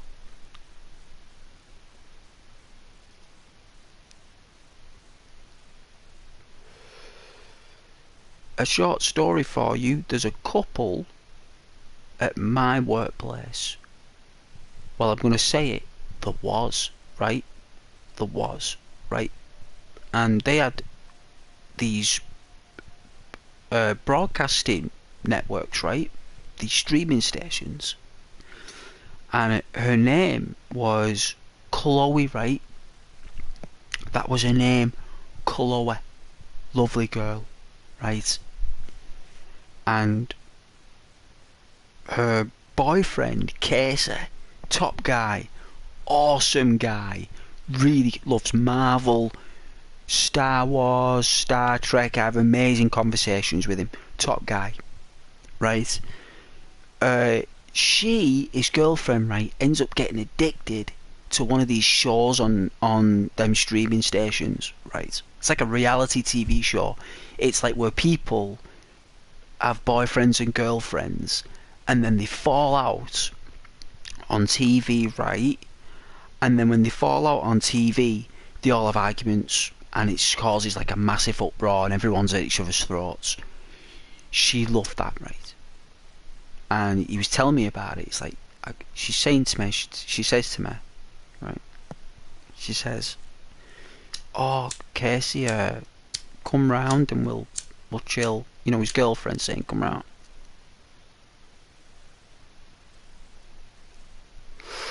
And he's like, "Yeah, okay."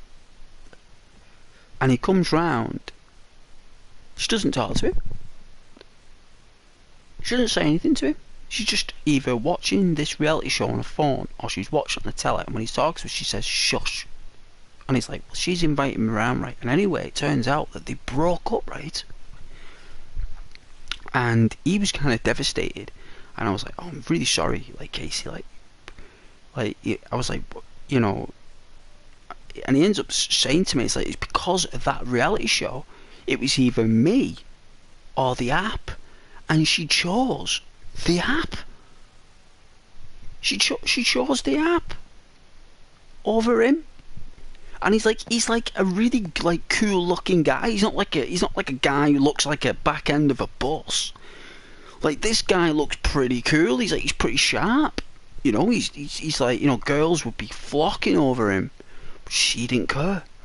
She was into that streaming station, and she would rather be on Facebook, Instagram, Snapchat, that reality TV show, and the streaming stations than her own lover. That's how powerful those stations are. They're breaking up relationships. Like, that's how powerful they are. And I don't bother with them. The only subscription I've got is this PlayStation. That's what I pay for, because I love my games. But does it make me like not socialise with anyone? The whole purpose of me doing it is to socialise with you guys. I mean, that's why I'm telling you this story, right? I mean, I don't know if anyone's listening. I'm sure people watch my videos later anyway. But you gotta understand, I would ease off the streaming stations, you know, and like be like with your family, your dog, cuddle your dog with no technical interference. Just like, you know, stroke your dog or your cat. You know, give your mum a hug or something. Like, talk to your mum for 2 hours. It's difficult to do sometimes, but You know, like, it's much more entertaining. And buy the media. Buy it physically. Look online, you can get the Blu-rays for like £3. There are people who are selling that stuff on eBay, cheap as chips. You can go into like them DVD shops if you like the high street. Go in there, but go in the high street. Go in the shops, look at the cases, look at the back of them, read the stories. You know, physically talk to staff in there. You know, instead of just staying at home, paying a premium and just like having everything come through your internet. It's boring. You know, it is. You need physical media, videos, digital versatile disc, Blu-ray format. Get yourself a Blu-ray player. You've got a PlayStation 4, right? You've got a PlayStation 4 Pro. It's a built-in Blu-ray player. It's already in there. It's built ready for it. Even DVDs are amazing. If you get the right setting, then pictures are beautiful. Depends where you buy it from. Right? If you go to a cheap-end DVD shop, you're going to get basic quality. If you buy it brand new,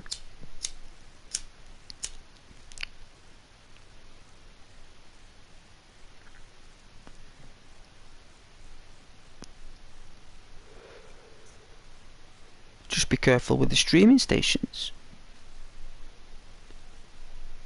You know, financially. You know, I remember having a job offering all that stuff years ago. Like, I remember I used to say to him, like, customers used to say, like, oh, would you like Netflix for, like, 3 months? No. Would you like Amazon Prime for 3 months free trial? No. Would you like Disney Plus TV for 6 months? No. Would you like Apple TV for 6 months? No. Would you like Xbox Live? It's just an endless, regurgitated, like, phrasing of these products that are subscription based, and shops are paid commissions to sell this stuff.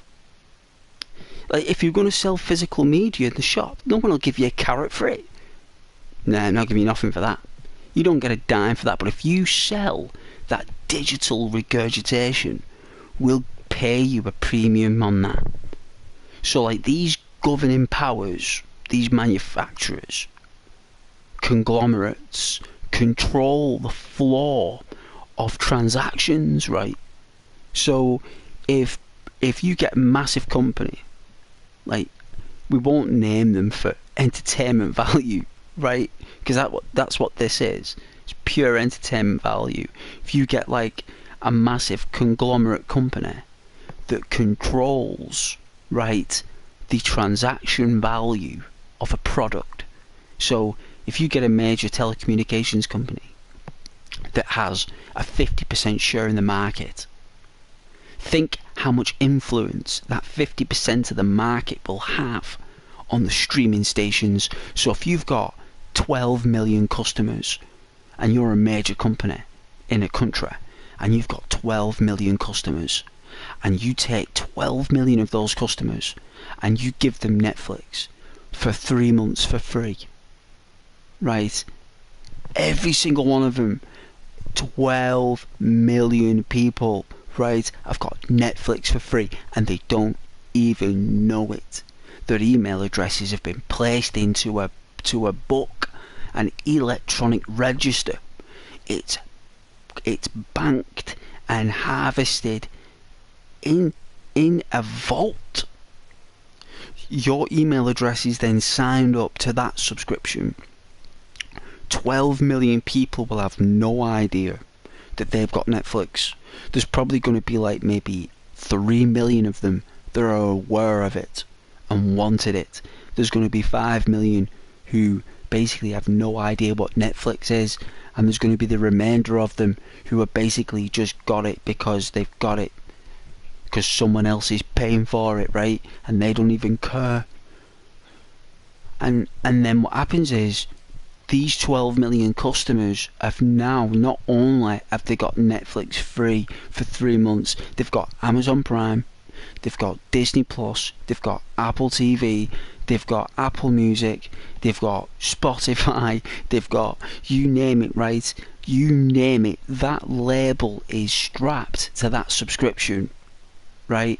And then 3 months later, what happens is everyone pays for it. Everyone. All 12 million of that customer base has made a transaction. Right? They've all made it. There's going to be half of that populace that knows they've just paid for it and they want a refund. Right? Because they've no idea that they had it in the first place. That increases complaints. It increases customer service encumbrance on the lines in store. It creates distrust, right? And it's deliberate, right? It's deliberate because they do it deliberately. So what they do is they go, right, we've got a problem. People were signed up to our product without being aware of it. It's the company's fault who sell our product. It's their fault. People were putting this on, right? But the thing is, they paid commissions for this. Like if you sell Netflix, Amazon Prime, add it on for 3 months, they might get paid £10 per subscription, right? You know, when it goes active, like 3 months later. So all that trickle, it's called a trickle effect. I don't know if you guys are aware of what a trickle effect is, but a trickle effect is basically like, you know, like rain down a window. You know, you got all the raindrops and it trickles down and it forms a vein like that. That's a trickle effect, right? It's used in business as a way to create a vein for either a problem or a profit. That because there's 2 P's in business: problems and profits. There's not one without the other. Profits are not made, yeah. You know, profits are made when there's no problems. Problems are made when there's no profits. That's how they look at it. And these businesses, Netflix and Amazon, it's all an insight. It's all an established, constructed maneuver that puts the consumer in a position where their money is at stake. Right, so all these different packages that have been, because Netflix was only one package. It didn't matter how many devices were on. It didn't matter who played it or what. As long as you were using it, that's all that mattered, right? As long as you're using it, that's all that matters to us. Now, it's no longer that. Now it's not a case of if you're just using it, that's good enough. Now it's, oh, if you're using it, you have to be controlled financially about how you use it, right? So they create loads of problems, these free subscriptions, with these massive companies. Like, you're talking, if you've got 12 million people who all pay £8, what's 12 million £8? It's like 56 million pounds. It's probably even more than that. It's probably like 70 million pound in like a month. Pure revenue for something no one even watched because they didn't even know they had it. There's only probably, like I said, 50, maybe 25% knew that they had it and were using it. But you can have 75% of people who wouldn't even know what that is. And same with Amazon. That means that they would have had all these transactions in for someone who wasn't even using it. Yeah? It's just free money. It's monopoly. It's monopoly. And soon when the customer base gets smaller and people start using those sticks and that, right? Because that's what everyone's doing, decoders and stuff. What will happen is that they'll take out your wages. They'll create like it'll be like when everyone stops using Netflix and Now TV and Sky, everyone will stop using them one time, right? Eventually, everyone will just stream their own stuff. That's what will happen, because it's happening now. And then what will happen is it'll come out of your salary, because that's what they end up doing, right? Because think about it, the governing forces run your salaries, how it's administered, right? So they can change deductions anytime if it goes through the laws. They can do it within 30 days. And then by the time you know it, you'll be paying like it'll be like a licensing to use that product, whether it be a laptop, a phone, a smart TV, a smart watch, whatever it will be. It doesn't matter.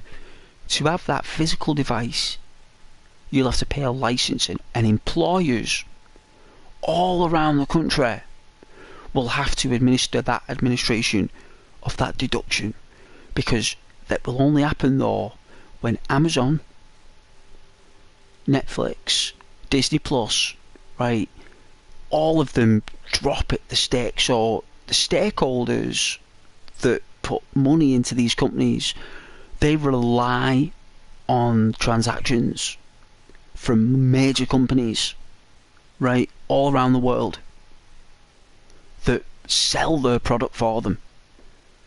So imagine you've got a powerful company who sell your product for you, and the people who buy that product don't use it.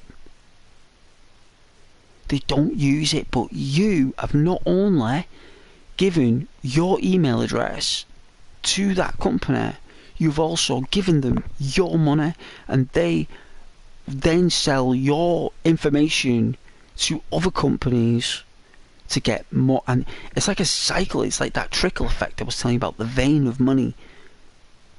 And when that vein, when the window of raindrops that you see that creates all the veins, when all them raindrops dry up and there's nothing left but dust and just little droplets of rain in the corners, when those situations happen, that's when they start putting it into your salary. And eventually that's happening because there's less raindrops on the window every day that goes by, right?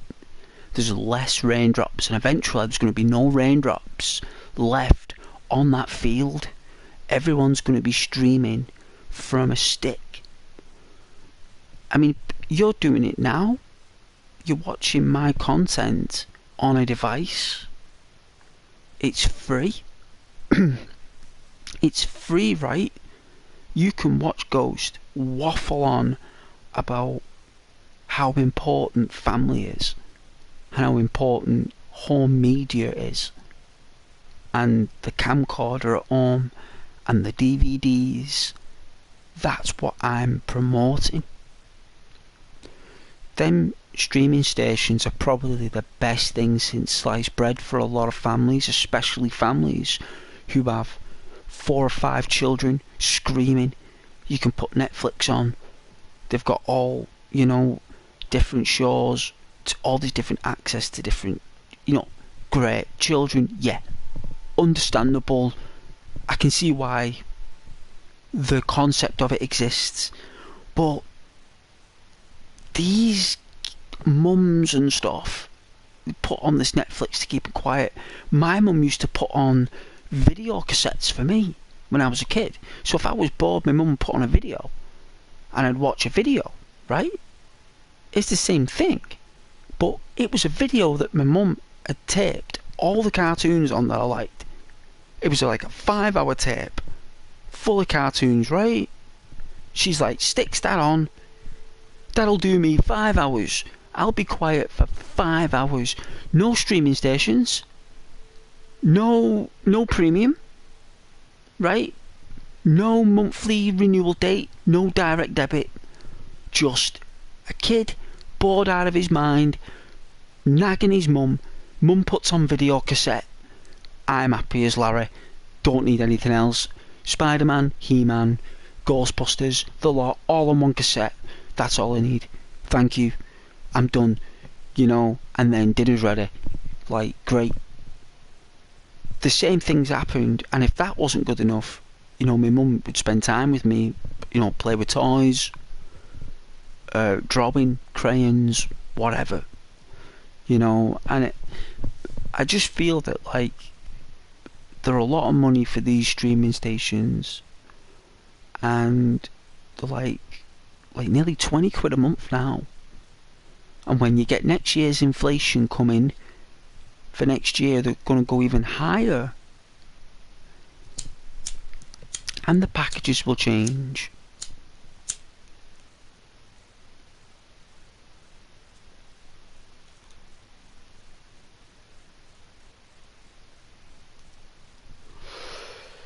It's the same with the games as well, like where that university student spent all his money on FIFA. His entire student loans.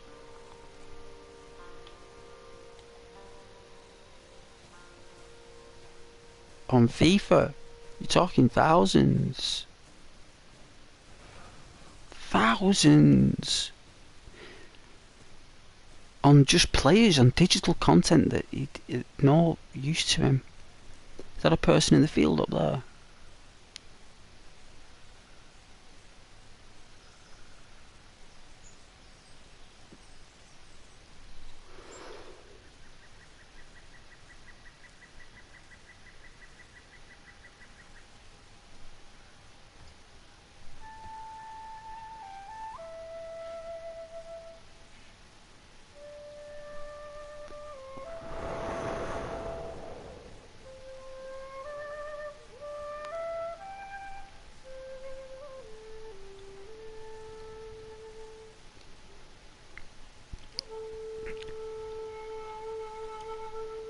The darkness.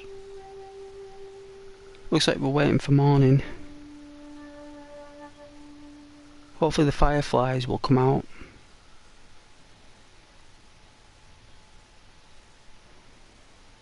We'll wait for it. But yeah, watch more DVDs, guys.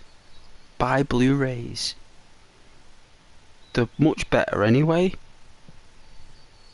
Much better quality.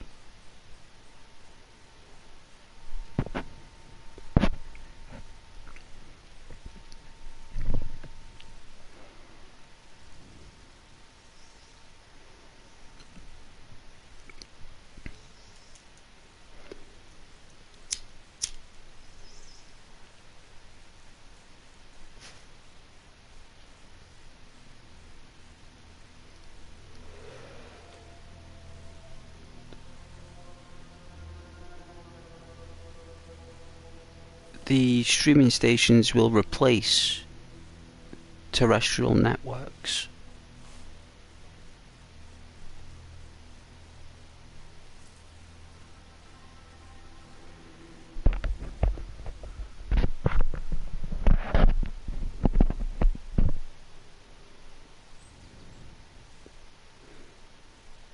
And they all broadcast stuff that's already available. And they're already closing outlets that sell that stuff.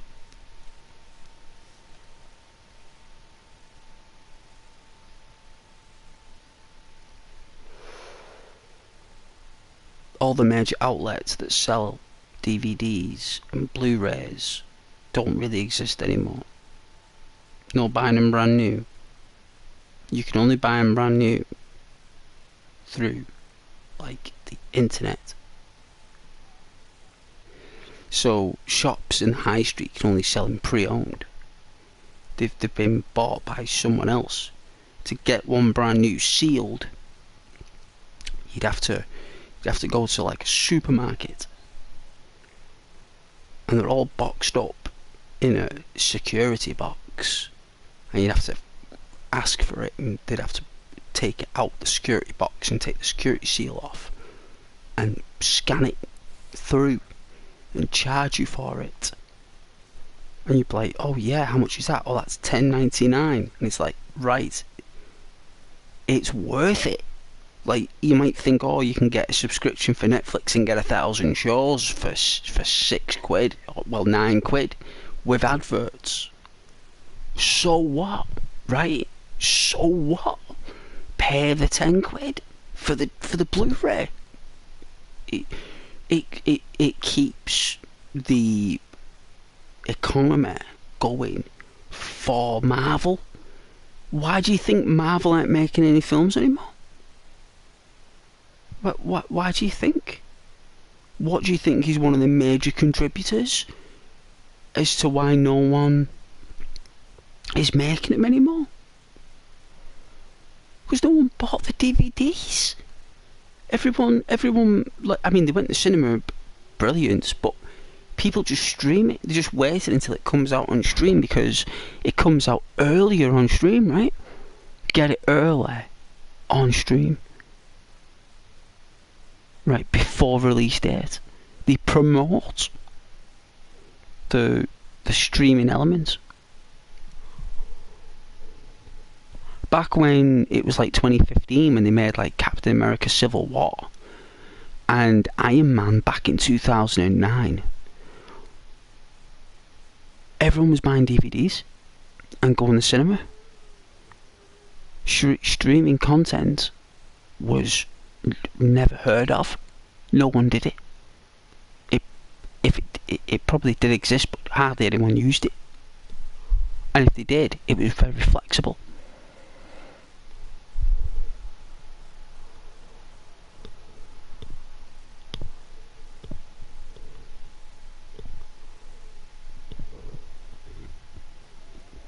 If you buy the DVDs brand new, right, that's what keeps those franchises in business. And the streaming and stuff like that, they don't actually get any profits from that, because there's normally, between the commissions that they pay these network, like these streaming stations have got they pay the loyalties, don't they? But when it's handed over, there's probably, like, you know, it can be complicated.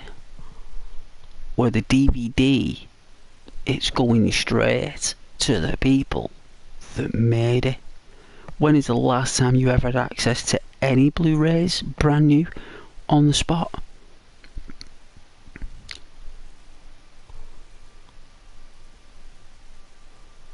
Hardly ever. Never. You'd have to go to an online shop and buy it brand new through probably Amazon, right?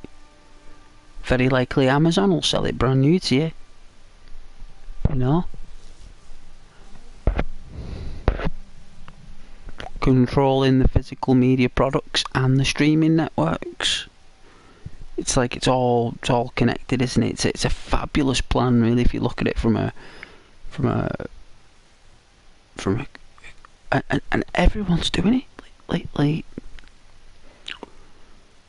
everyone's just streaming, aren't they? Like they're just like, even people in the 70s, even people who are in like this, even senior citizens who were like nearly in old folks' homes are streaming. They're like getting on the Cody and that, you know what I mean? Like they're getting on it. You know, they're like watching all the old World War II stuff, like, you know, World at War and everything. Going wild. You know, you used to have to buy that stuff on DVD, right? The World at War and that. You had to wait for it to come out as a box set, right? Or you signed up to a magazine where you could get like the box set sent to you via subscription. Now, these senior citizens are just streaming it all. You can get anything you want. They can't believe it, you know?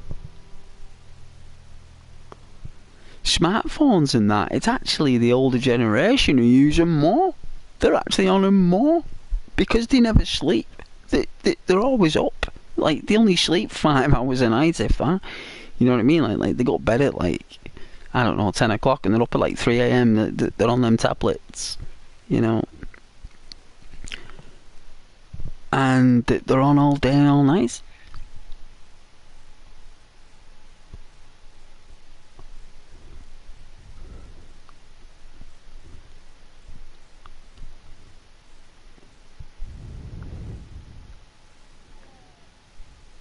You know, no one really wants to get a disc anymore out of a box and set up a player.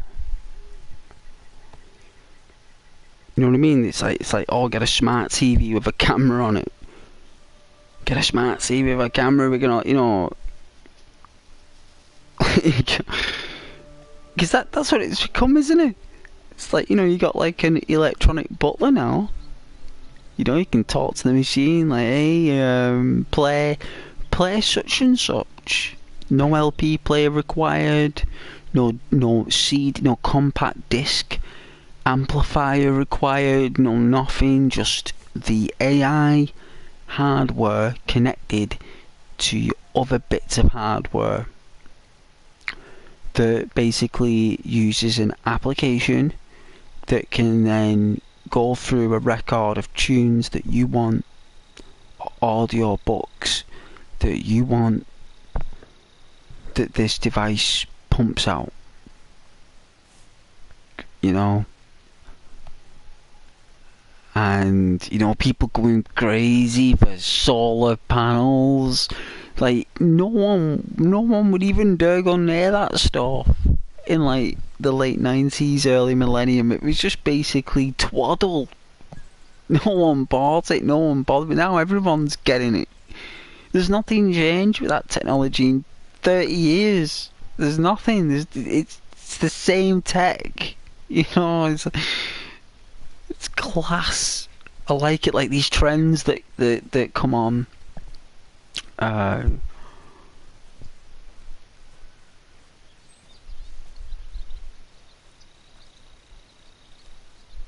You know, a lot of fun.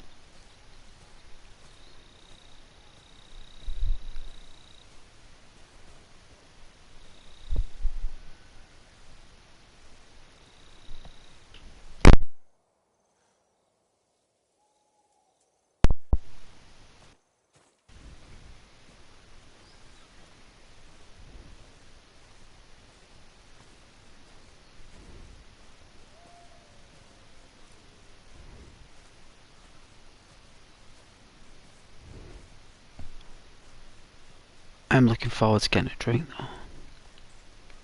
Nice hot drink.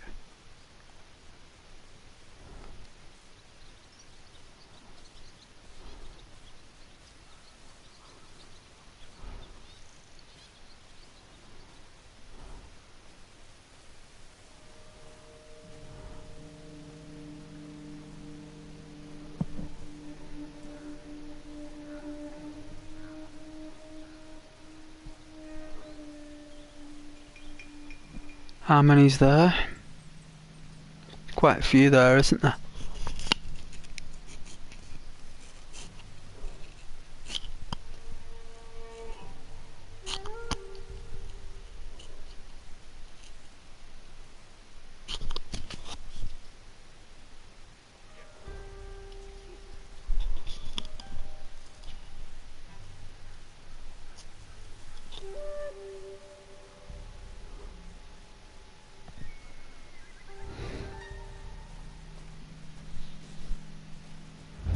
Let's try, right?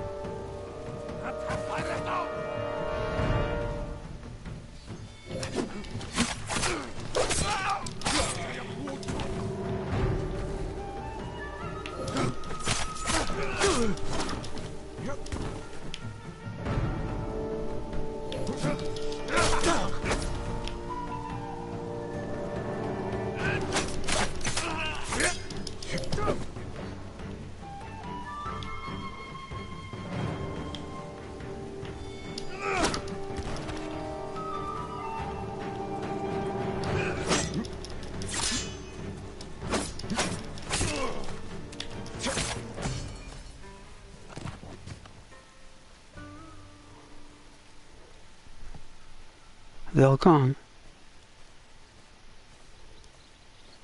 Really? Like, did they run off?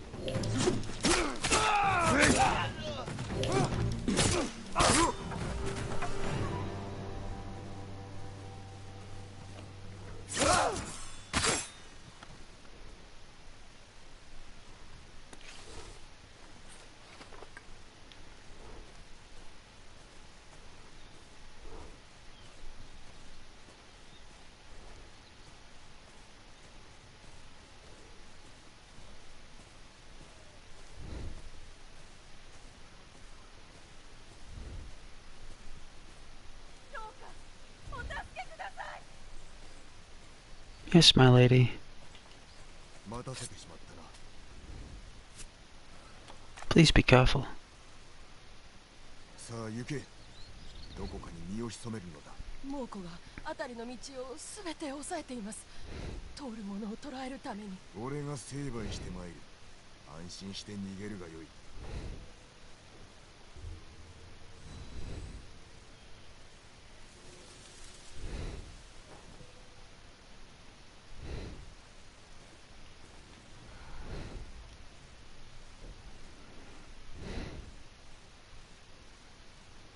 Mongol territory. Oh my goodness, so they occupy...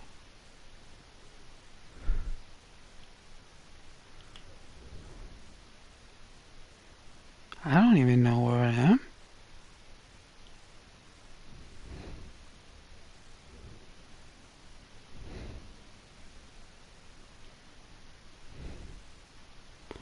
Oh, we're up here, look.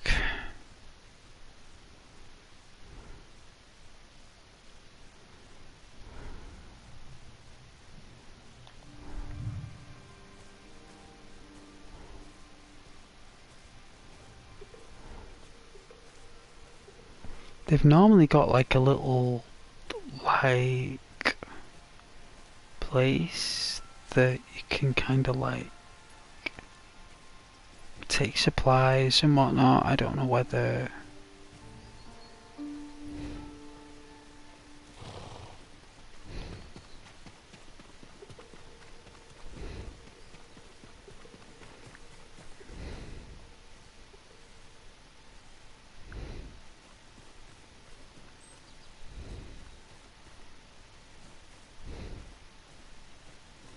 Not drop nothing.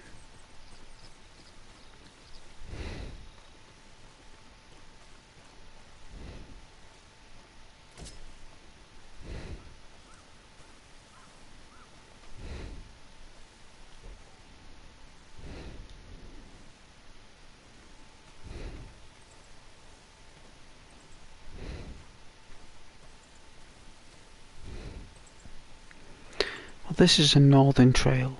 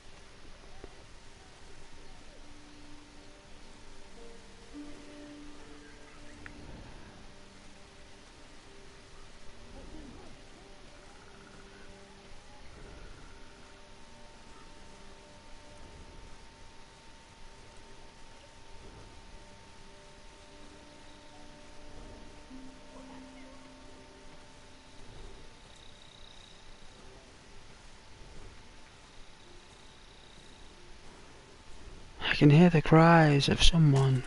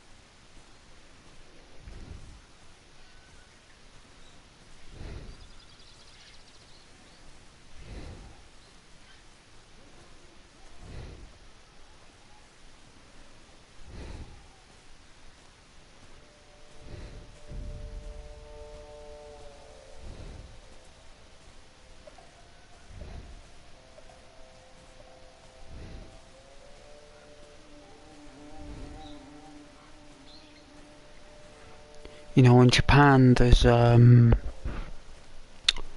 technique where you catch the leaf with 2 fingers. No, your index finger and your middle finger with your dominant hand. And what they make you do is that they make you swap your hand and make you catch it with the hand that's not your dominant hand, because it's your passive hand. And like you get like these black belt like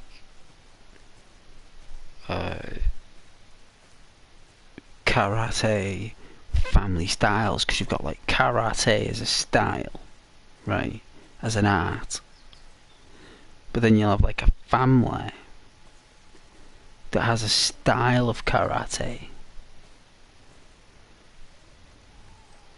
and they might perform different techniques,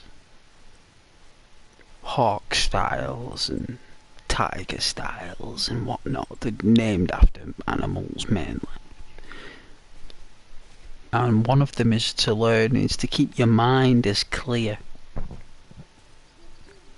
Right, perfectly clear your mind, where you could perceive everything around you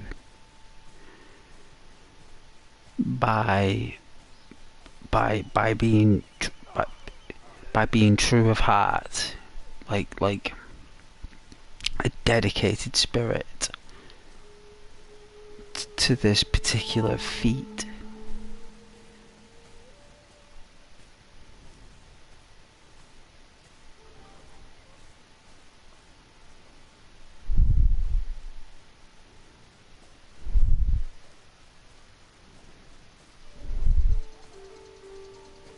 Take these guys out.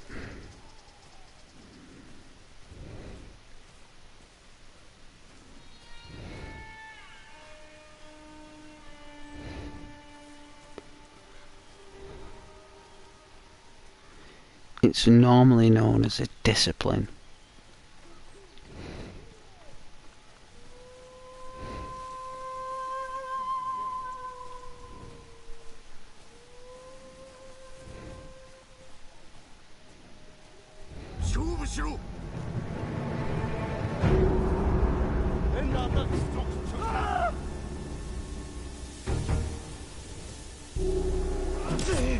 Oh dear.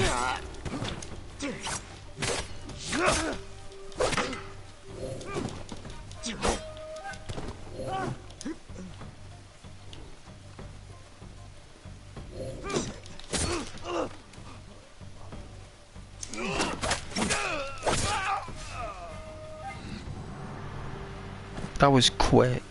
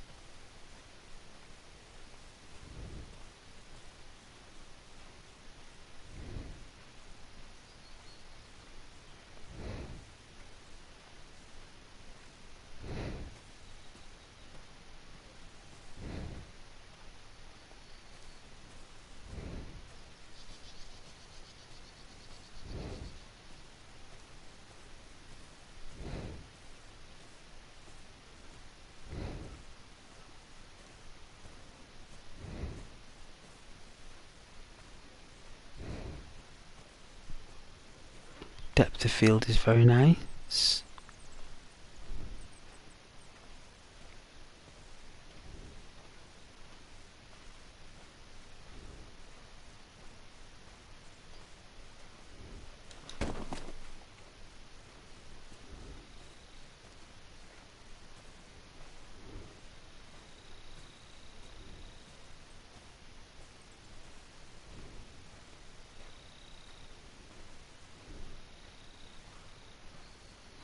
The original Bernie looks phenomenal on my TV, I promise. Looks 4K to me, even though it's not.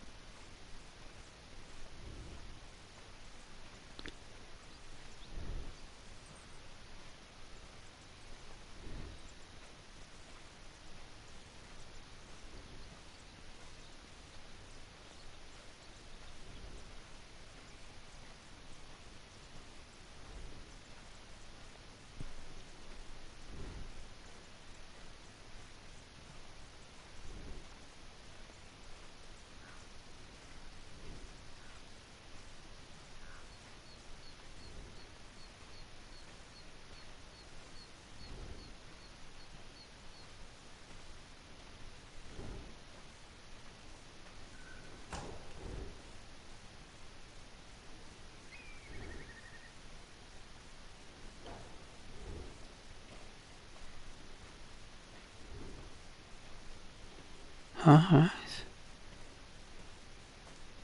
Okay, right. People living in caves.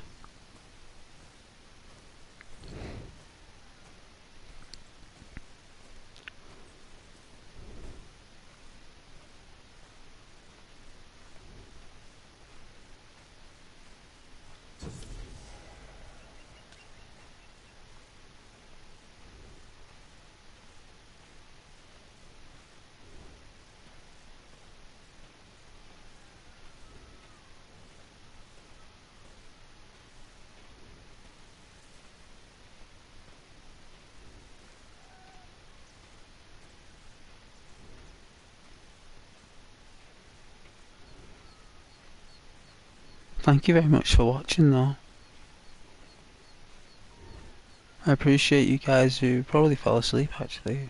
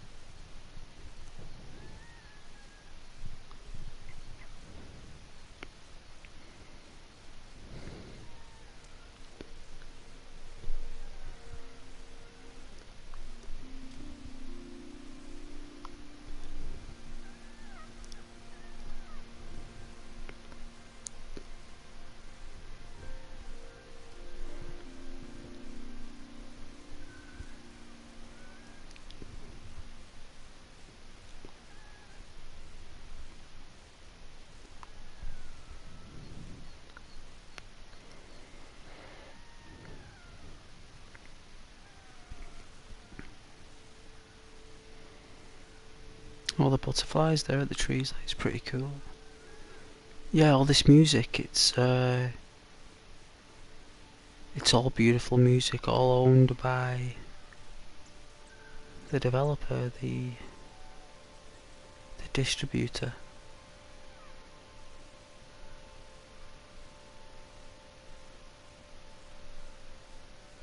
There is no profit earned or gained from this music. It is fully property of the sole composer.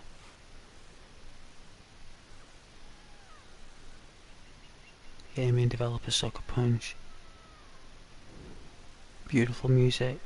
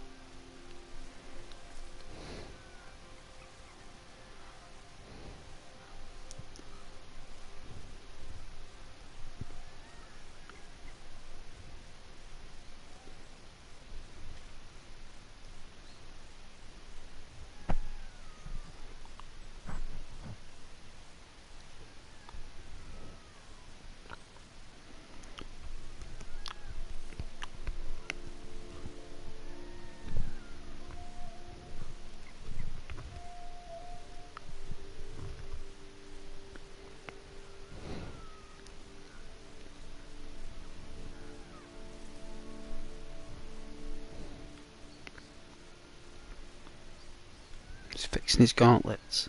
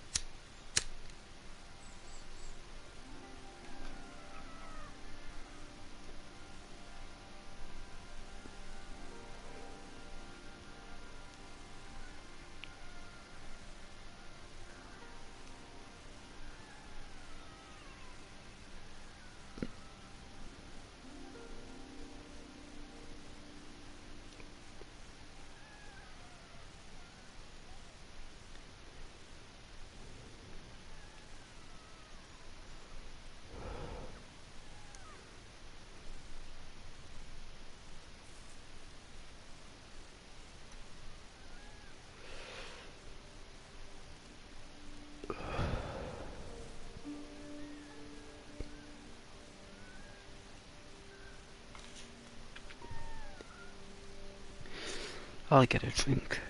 You guys enjoy the view. It won't be too long.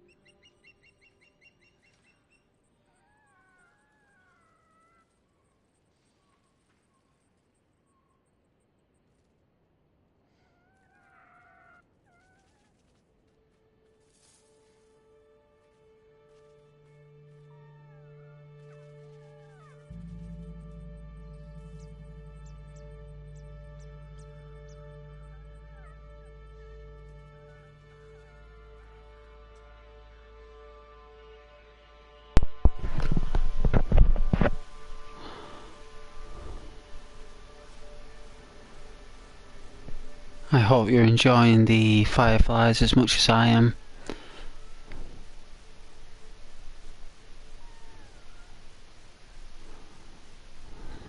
It's nice. It's relaxing.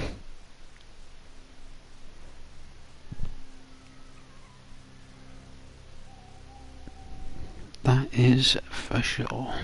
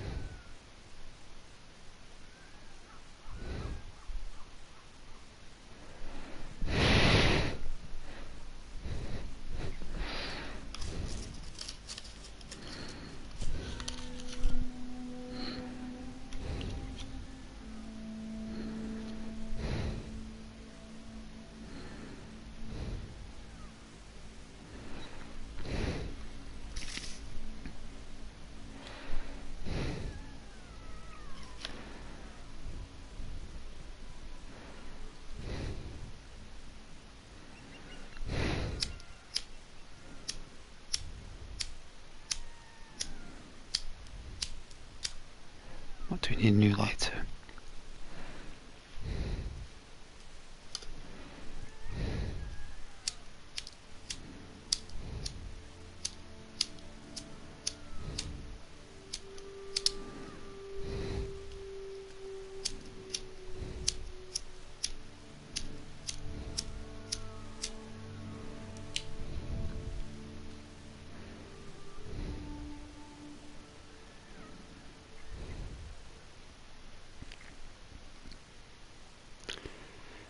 We most definitely do need a new lighter. In fact, I can just refill that old one.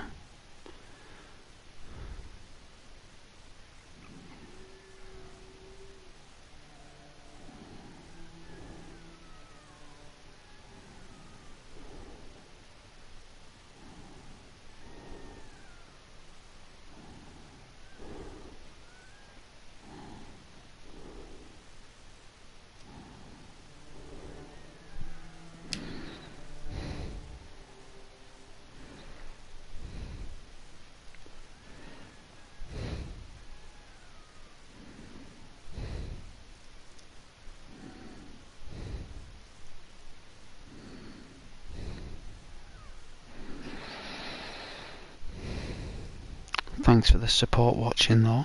I really appreciate it. I do get viewers who do fall asleep. It's possible. Very, very possible. But I hope you enjoy the fireflies and the fox as much as I am. With the samurai and the stars and the clouds and the ships and the ocean.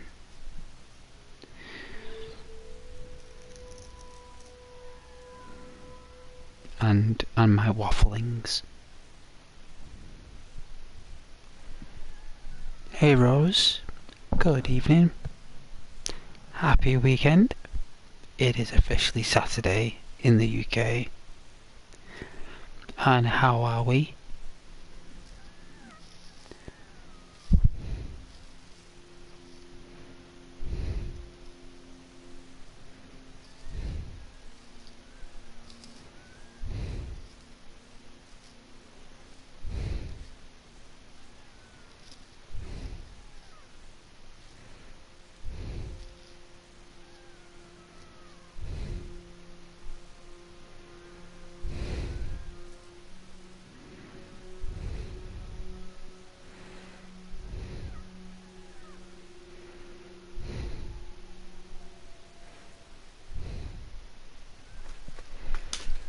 Oh dear.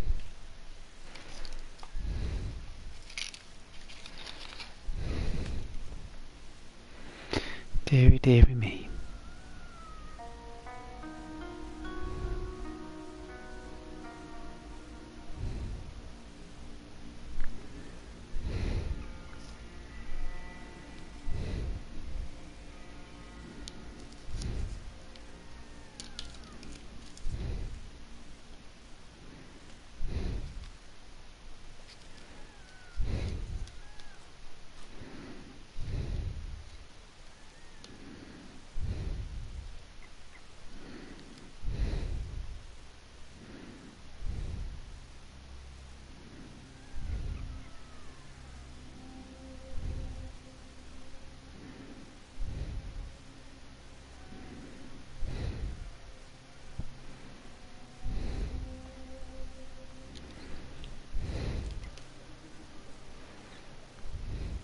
Are you streaming tonight?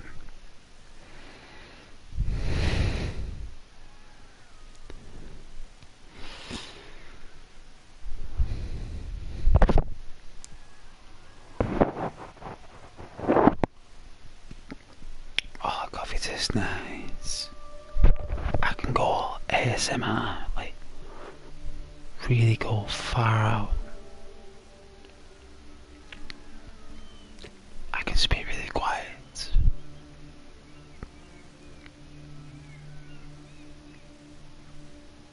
Very, very quiet.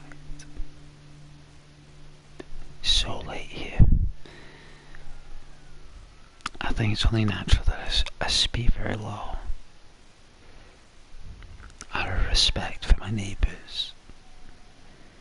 Oh yeah. You were streaming. Well, isn't that lovely of you to upload your information to the internet? I'm sure 1,000 years from now, mine and your content will be legendary. People will worship at our work. Can't believe what we were doing. They think we were crazy. They were like those streamers back then in the Wild West. They were crazy. I'm gonna be like, yeah. Yeah, we kinda were, yeah. Well, I was. I don't know what I'm talking about, but you know what I mean. Who knows what will happen in 1,000 years? We might reign supreme. People might worship our work. We'd never even know the difference, Rose, sweetheart. No, difference.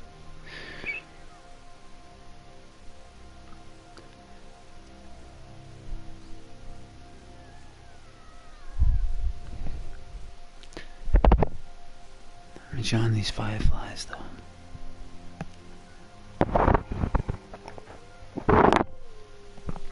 Oh, sorry about the noise on the mic there. That'll be the cup. That's my Starbucks. Oh, the birdies are coming out. That means it'd be sunrise. It's been beautiful with these fireflies. I don't want it to end. I don't want this moment to end. But it's gonna have to. Mad looks of things. Yes.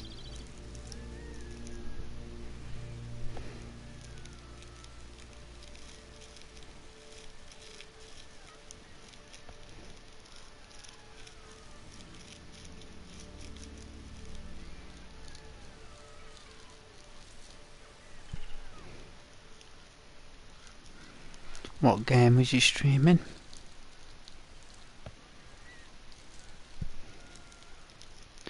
Did you feel like a bit of Joel? Or did you do something else? A bit of Joel and Ellie.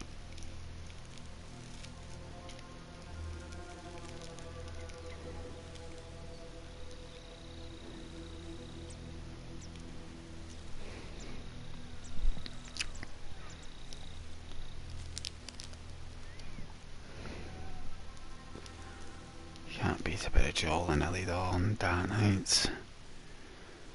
You know what? It's supposed to be a co-op game, that, you know. It's supposed to be co-op. That would be so good.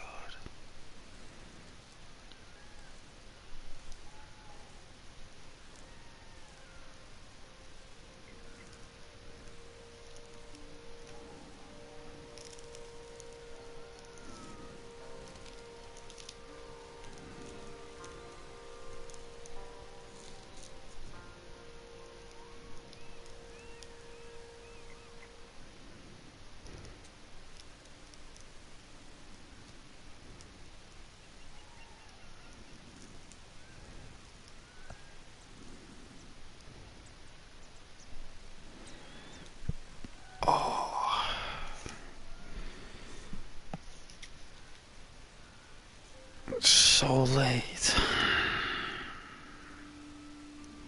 Such a villain.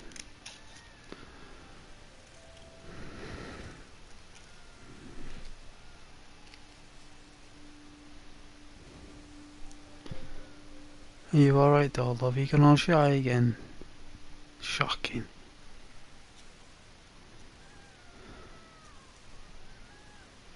I do have that effect.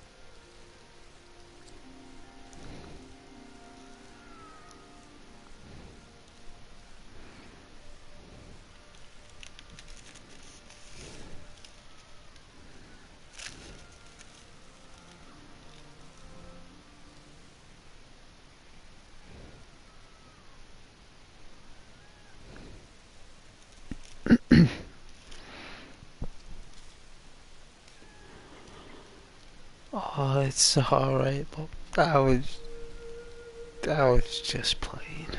I was just playing. There was a boss fight in Stellar Blade? Oh dear. Boss fights. That is just annoying me. Oh yeah. A boss fight annoying you.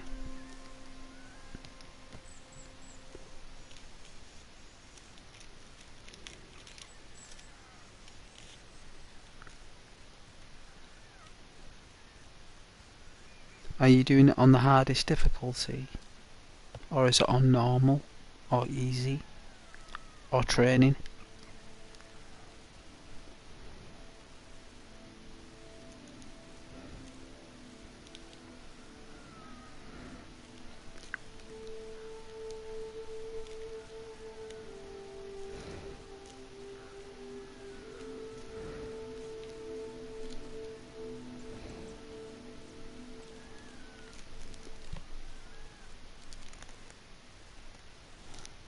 What mode am I on? Let's have a look. I am on, let's see, gameplay, hard mode. Oh yeah, you're on hard mode too. Yeah, me too. Me too. Really hard it is. Struggle sometimes to beat the bosses, but I do when I persevere. I put my mind to it. I'm not lazy. That Elden Ring was very draining. That's why I had to stop streaming Elden Ring, because it was very, very draining. I had to do a lot of manoeuvring and a lot of countering, and it was very difficult, and it took a lot of juice out of my neurological net. So I decided to say, you know what, I'll come back to that. We'll come back to that. I will.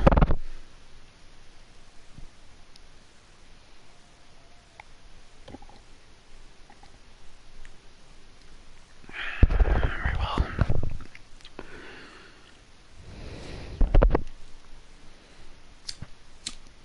Yeah, you know, I'd say the only way to truly play a game is at its most difficult. The only games that I enjoy realism with damage is Bethesda games. So if I'm playing Fallout 4, Fallout New Vegas, or Skyrim, like, I turn the damage way up. So for example, in Skyrim, I like to be like a peasant.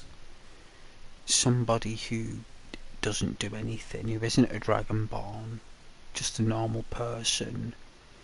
If that person decides to go in a cave, they're gonna get killed in one hit by an animal, or even if you're at level 25, unless you're a connoisseur of wizardry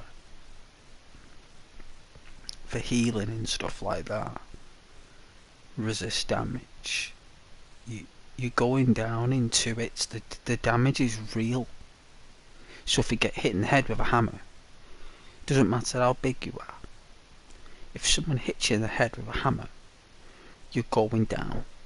If it's a sledgehammer, you hit someone with it, you could be like a small person and they're a big person, but you get a good hit in their face, you're going to put them down in one hit.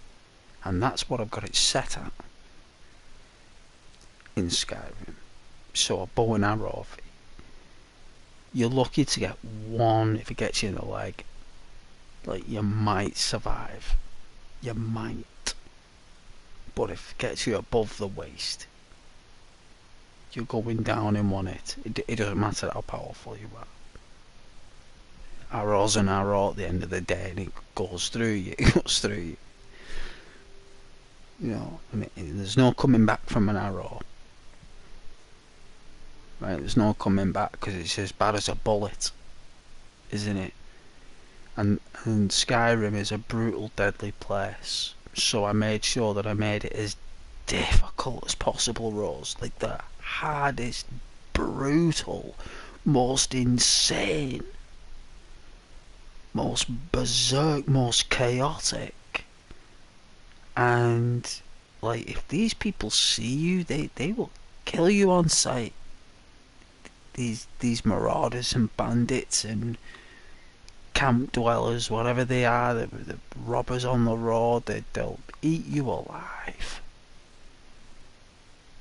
Which is why I made sure I lived on a farm or in a hold. But you can choose a life where you haven't got none of that. You can start off in a prison if you wanted to, with these mods now, Rose. Really good. So never mind hard mode. There are some other modes on them Skyrims that you can go beyond hard mode.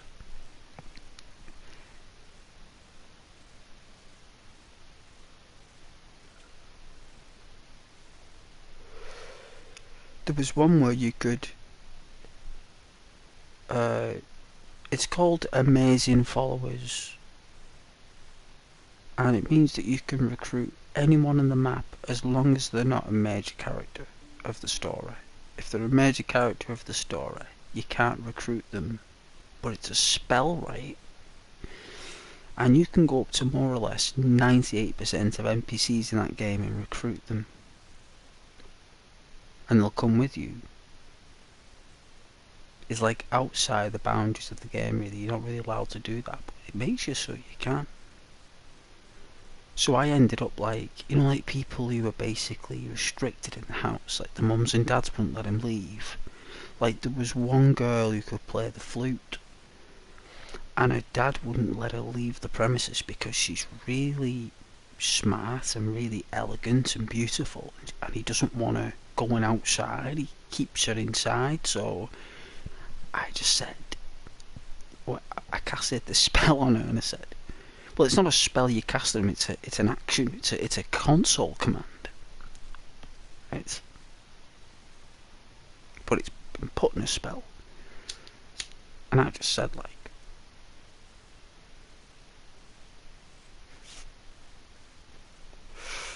I was like, listen, why don't you just ditch this place and just come with me? Like, your dad doesn't let you leave. You as an NPC, you're stuck in this house. I'm a good-looking guy. I said, right, I'm a cool guy, right?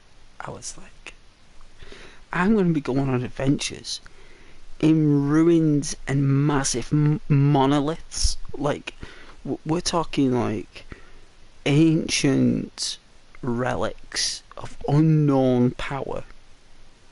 We're going to be going through majestic forests, seeing the most beautiful sights and landscapes you would only ever dream of.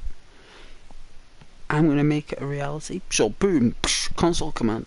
I was like, you're coming with me? She's like that. She's like, she hesitated. She was like, like there was a bit of friction, right, with the command. It was like, there was some kind of tether, right, that must have like anchored this character there, and I overrided that, and it took a bit of time, but I did it.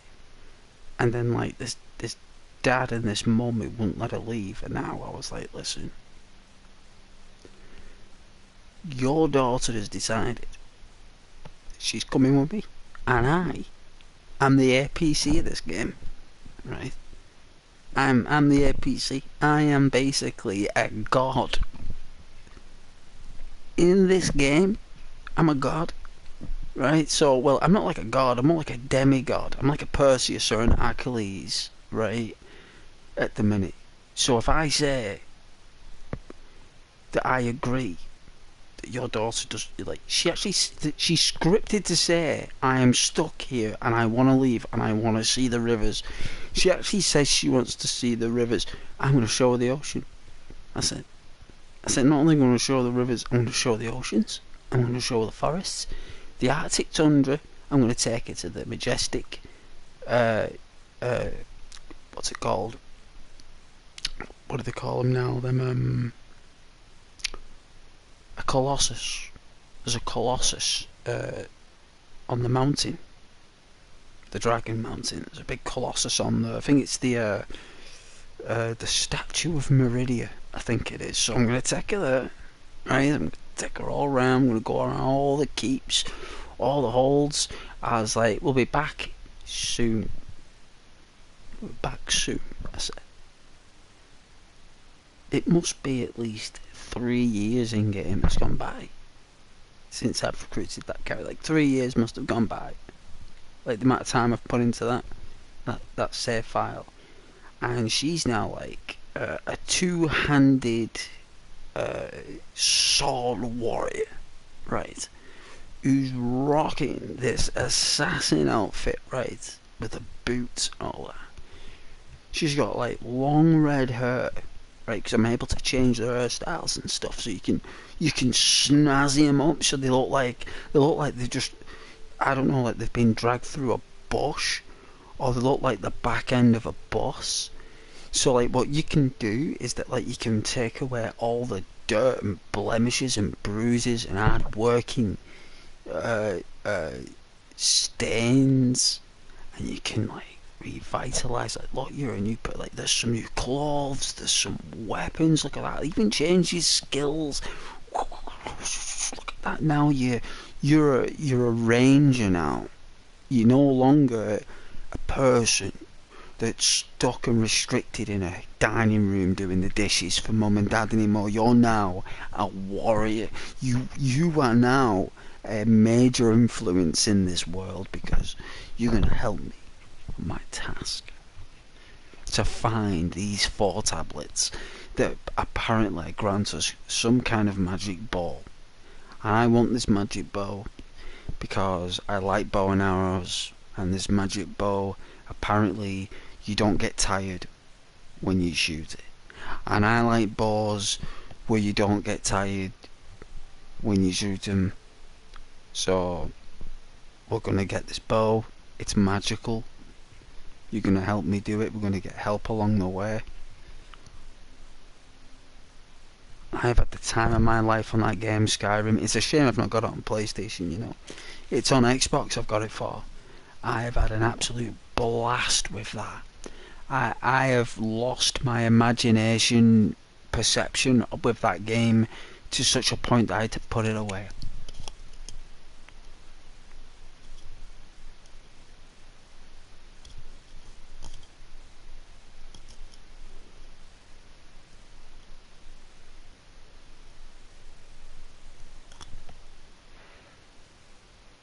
Such a good game.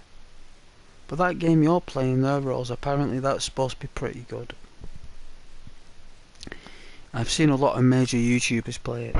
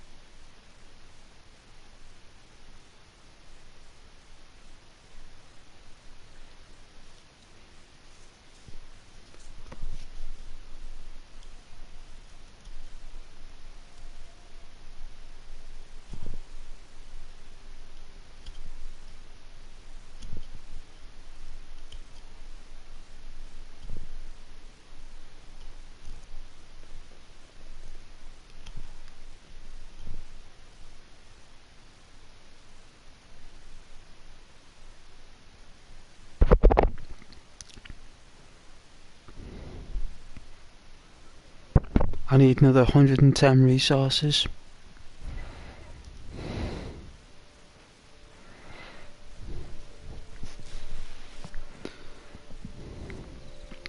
You know what? Yesterday, I didn't do a stream, right? I fell asleep at 6:30. In 6:30 in the evening. I fell asleep. Just fell asleep. Woke up at like 2 o'clock in the morning. No idea. I fell asleep on the couch. Sat up. I can't even remember falling asleep. I can't remember doing it.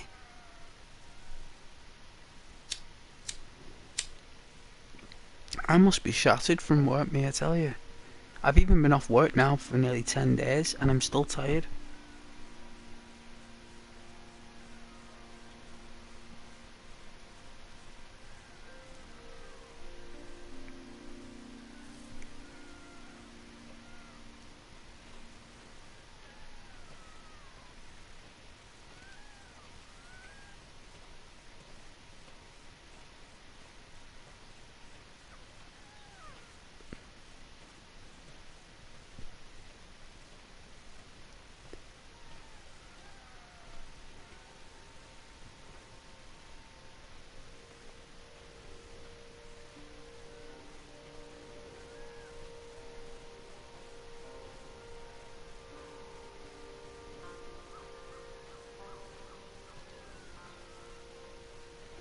Love my Skyrim though.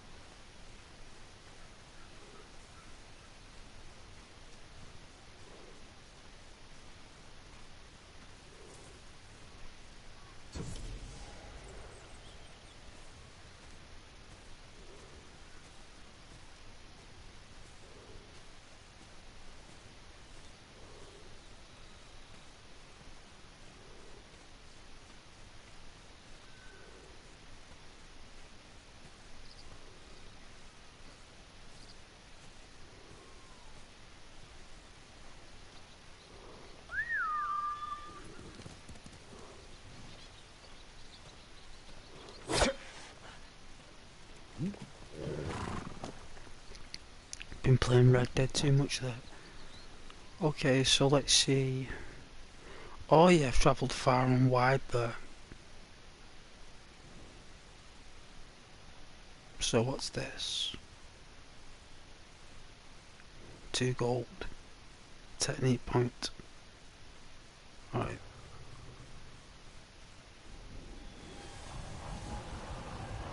Alright.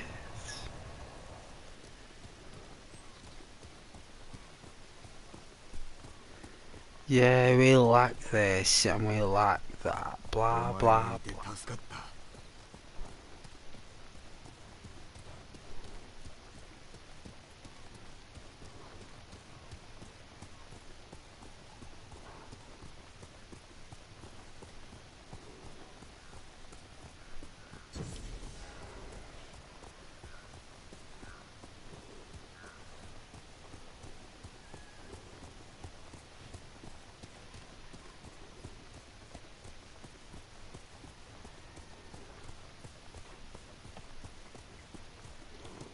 飲む、さあ。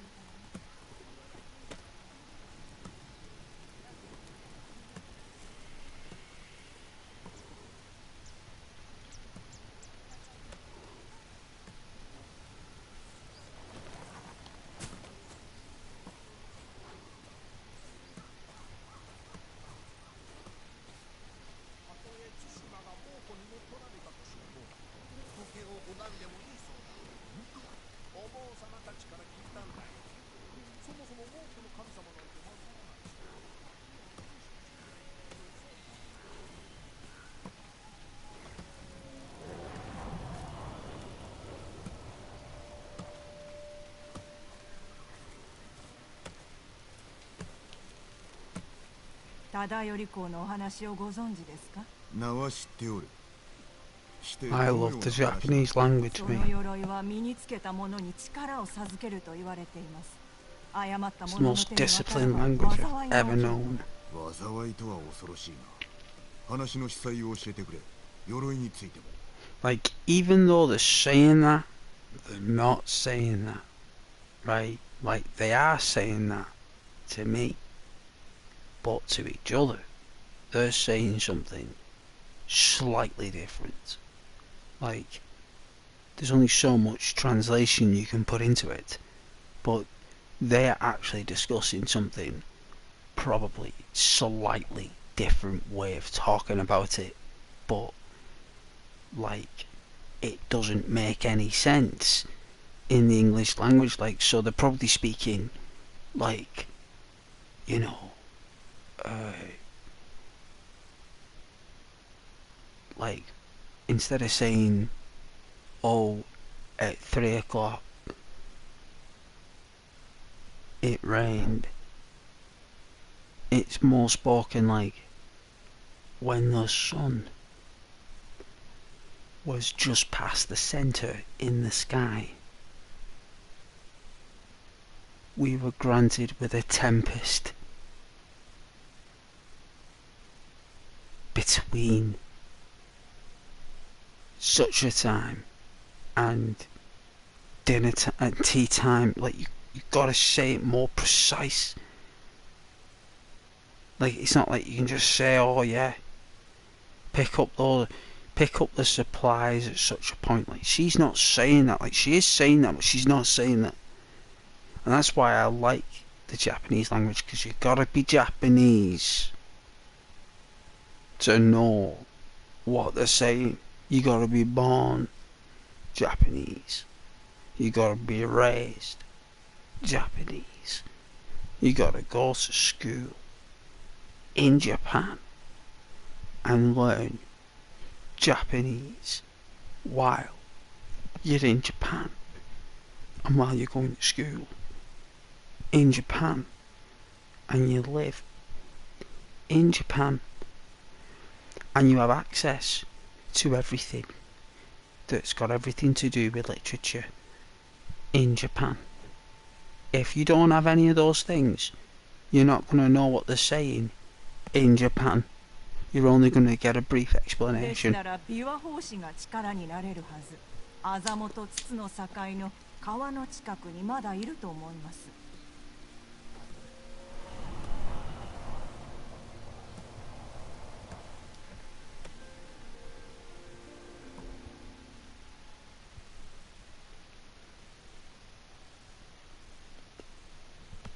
Alright, so we get some armor if we go here. It's pretty far away, but we'll do it later.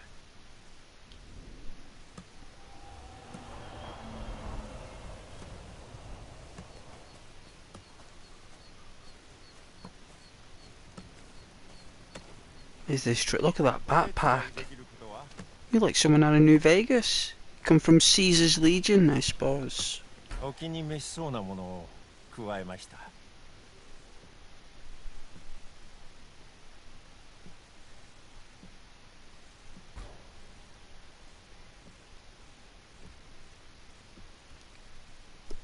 Wow, I can buy scabbards? You're kidding me. You are kidding me.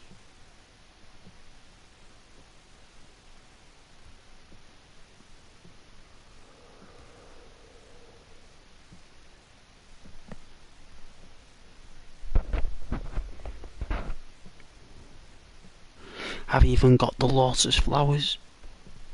I've even got him. Look at that. That's pretty nice, isn't it? That looks very different. Like, it's not exactly a scabbard. It's like I've just got like some random cloth out the cupboard and just wrapped up my sword in it and just put it in. Just gone, that'll do. It's like Dad's best shirt. Just got Dad's best shirt out the cupboard, made out of some kind of like unique Japanese silk from the rarest caterpillar that only comes out for one day in the year, and we're using it to house our sword. That's one option. The other option is Emperor's Tears, pure of purpose, prepared to face death. So it's like a kamikaze type essence coming on here. Like, wearing this scabbard will bring the essence that we're not afraid of death, and we know our true purpose in life. Snow Demon's eyes. Even in blinding snow, the demon sees all. Right. Very interesting. So even through all the chaos, that is clear to the demon. I guess. I mean, obedience is a true spiritual skill within itself. The prowling tiger. Now this one looks very decorative. This is a true predator. So this proves that we like to hunt animals, I suppose. We're not afraid of fighting something that's more vicious than man. The Sakai Katana for the Warrior's Shadow. This is probably the best one. The shadows are deepest before dawn. Twilight Towers, yeah, I suppose. 15. Well, very interesting. What else have you got? Vanity gear for the bow. Really? Armored eyes, hats. Who is this guy? He's like that guy from Resident Evil 4. It's like, good day, stranger. What can I do for you, stranger? You know, when he pulls out his jacket and he's got all the watches, all the bracelets from 1986. And he's like, yeah, Leon's rocking the retro.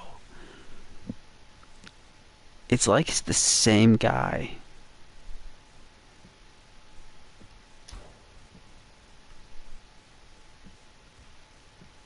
Wait a minute.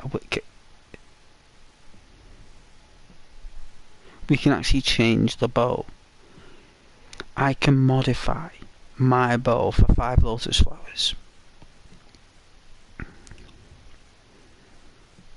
Like, am I actually like modifying the weapon here, or am I just kitting it out? Like, is it like an accessory to the bow, or am I changing this thing forever? Because this is the longbow.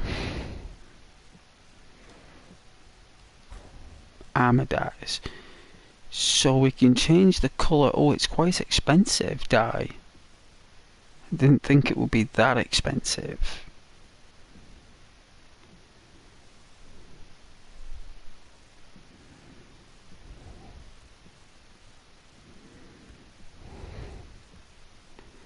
So I can actually decorate it like a white and red, which is interesting. I do prefer the blue, but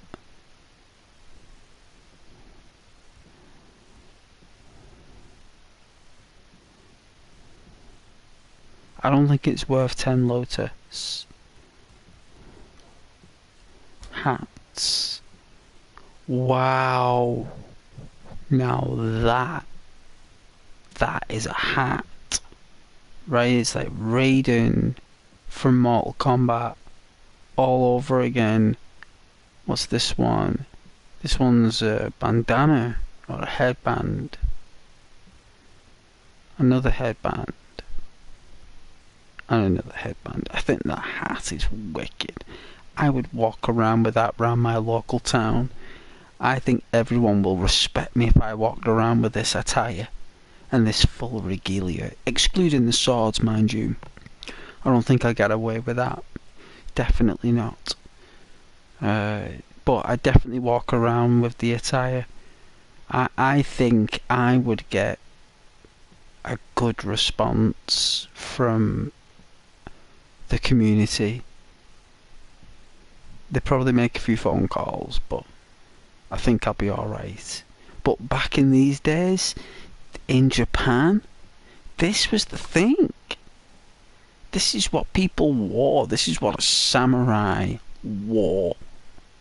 People walked around looking like that. And that was the best thing since, what, Calvin Klein?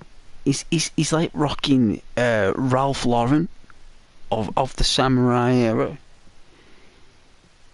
You know, it's wicker baskets. He's wearing like a basket, and it's the best basket you could ever wear. It actually helps against swords.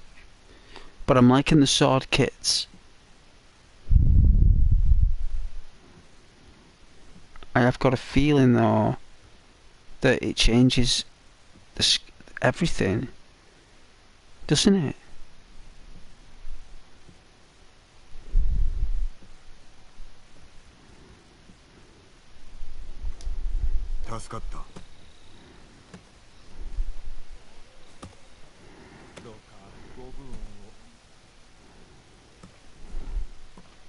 At least we know what the geezer is.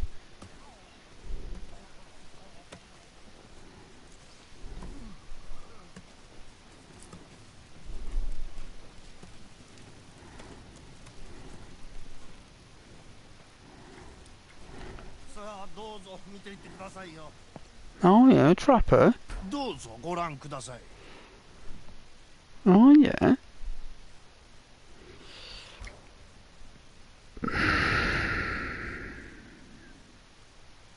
Oh, we can buy resources with supplies. Right. So it's trade. There's no money. There's no yen. There's no yen, is there?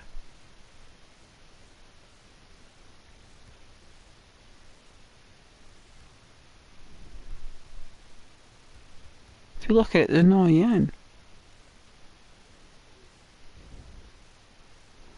What's that little bag there? Hold X to buy for 30 something. What is that something there?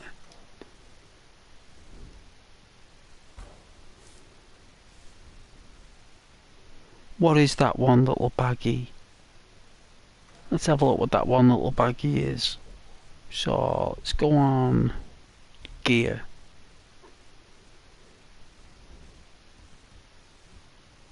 Won't be under access. What's the little bag on the top right? Does anyone know what the little baggie is on the top right? Where's like a help menu? Don't Japanese games have like a help button?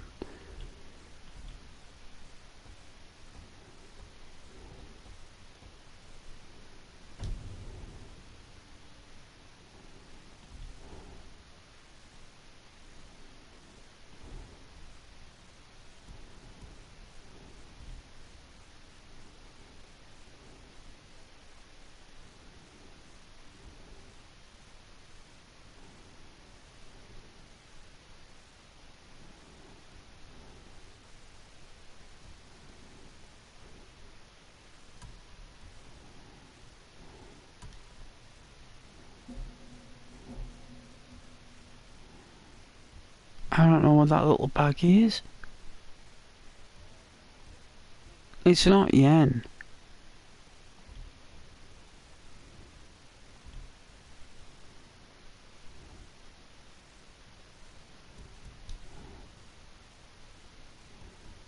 Here, supplies. Okay. So the little baggie is resource that can be traded with trappers, swordsmiths, armourers, bowyers in exchange for additional resource and upgrades, so there's no yen. Flowers. Colourful flowers used by merchants to create new armour dyes. These flowers grow throughout the wilderness of Tsushima. Right. Predator hides, we've got 4 of them. Hides of dangerous animals that can be traded with trappers in exchange for other resources. Alright. Silk, leather, linen, yep. The same old story, still going today. Still trading these today, still going. 1,000 years later, still going, still doing this, still doing that, still doing this. Yeah, we're still dealing gold, we're still dealing steel, we deal in iron, bamboo, we do, it's a big business. You would definitely, wow, waxwood as well. Interesting. Interesting. So there's no yen. ここで良い知らせをお待ちしてますね。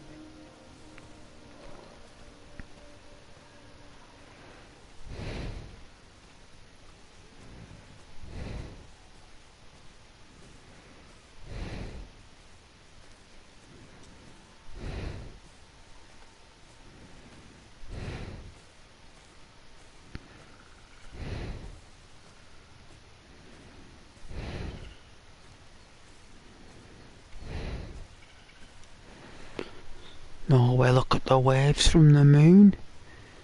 On the ocean, you can see it.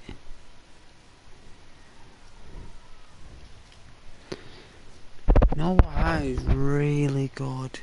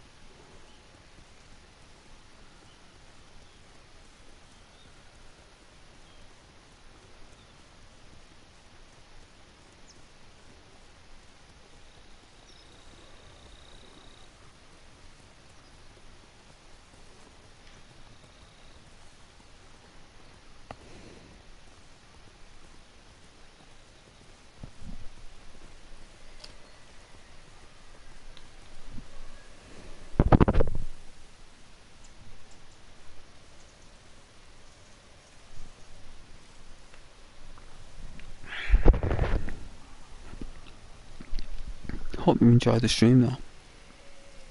If anyone, if I can get my words out. If anyone is watching,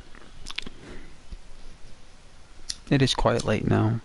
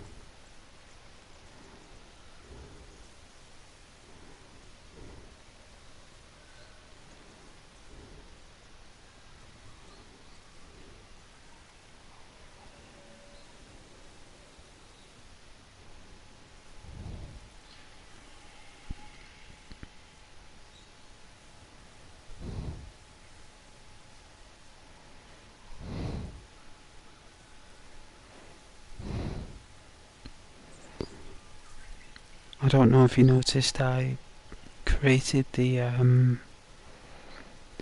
playlists for anyone who looks at those videos that I've made and goes, where do I start, right? And where does it end? Because Ghost has streamed a variable amount of games that you just can't keep track of, right? So what I did was, you know, the awesome guy that I am, right, is that I made the effort to go through that whatever nest of videos that I have. A lure of videos. A lure. L-A-I-R. A lure of videos that I have done, and I handpicked by hand in order, date related, each video for Red Dead Redemption 2 story, DayZ, Red Dead Redemption 2 online, right, Spider-Man, Elden Ring, right, and I put them in a playlist library, and as soon as I created the Red Dead Online playlist, right, it got 100 views in 30 minutes. Couldn't believe it. And the thing is, with playlist views, it only tells you each month, what it gets, right? So I was only on the last day of my playlist count, so it registered 100 views on the playlist. So 100 people actually watched the playlist in like 24 hours, which I was surprised about. But the thing is, I knew if I made the effort to put everything in a library where people could just click on a video and just go in order, just fall asleep. You know what I mean? Like, oh, I could just look at that. There's like he does like 4 or 5 hour streams. It's not like 20-minute videos. And there's no adverts. So people could just put a stream on and just fall asleep. You just fall asleep. You know what I mean? Like,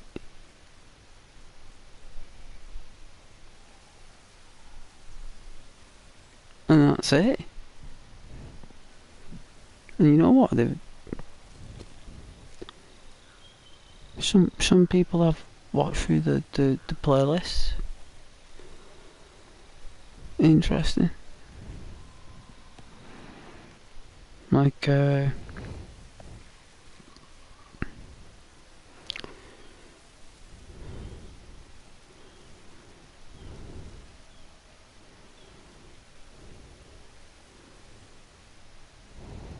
I've had nearly 1,000 people watch the Perfect Weight series through the playlist. So even though it's had over 100,000 views in total, 1,000 of them has come through the playlist. So even though it's only like a small percent, it's still something. It's still something. And that something could be anything, and that anything could be everything, and that everything is completion. But hey, it's just a number at the end of the day, as long as we loved what we're doing, right? That's all that matters, really. As long as we love what we're doing.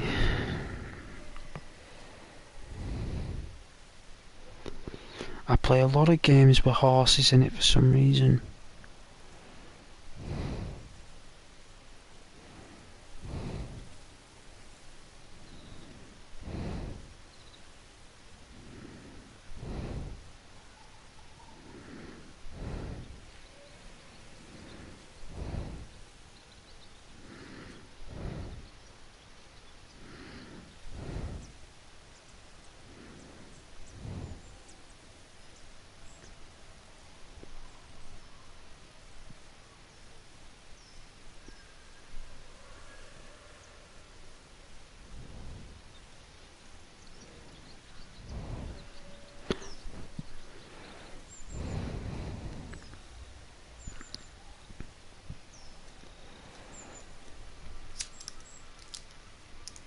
Oh my goodness, the flint's gone. No, I knew that would happen. These lighters are terrible.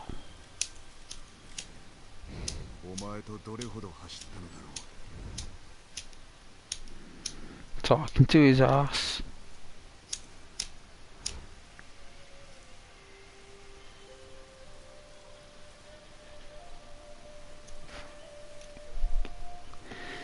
To be fair, so would I. I used to talk to me dog, all the time. Used to always talk to me dog.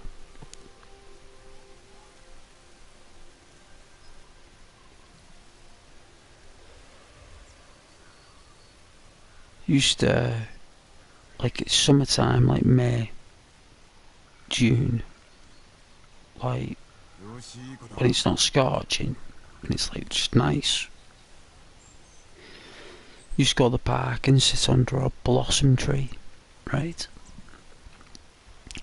I used to bring a book or newspaper or something, right? And the dog knew that I'd be chilling at that tree. Like, when he saw that tree, he knew that that's chill time. I used to, like, take like a bottle of water with me for him. I used to have like this portable doggy bowl that you just wrapped up, just unfolded it, and you just shaped it like a bowl. But it was like a nylon thing. It was weird, right? But you could fill it anyway. It was perfect for these situations. So it'd be about 25 minutes. Because with Staffordshire Bull Terriers, you're not supposed to walk them for longer than 20-25 minutes. You're supposed to like have breaks every less than half an hour for them. So after about 25 minutes, it'd be like that tree, and he knew that was break time, and he'd get a couple of biscuits.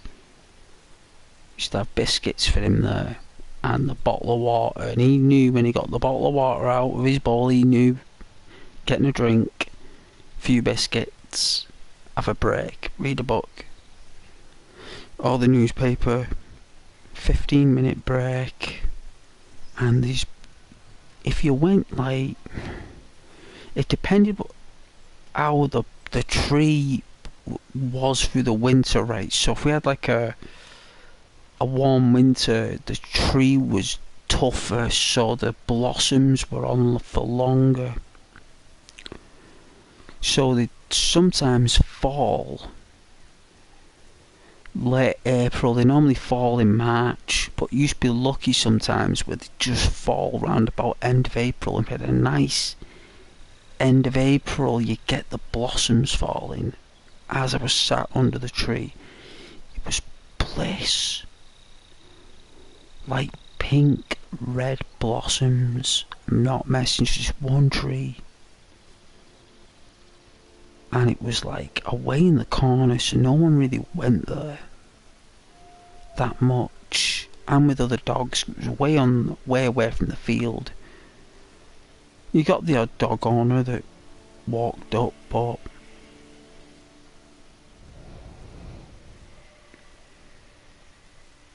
he was lovely. My dog was there, like lying on the grass. Water it. You know, instant access to water, biscuits, out in the sun. He loved it.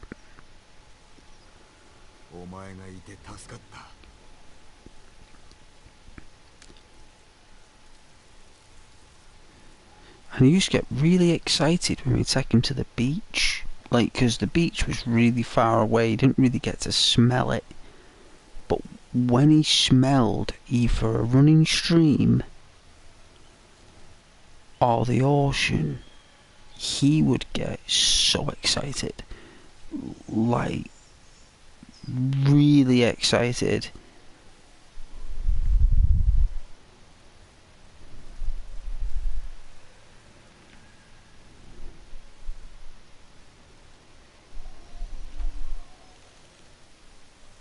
Shame didn't have YouTube back then.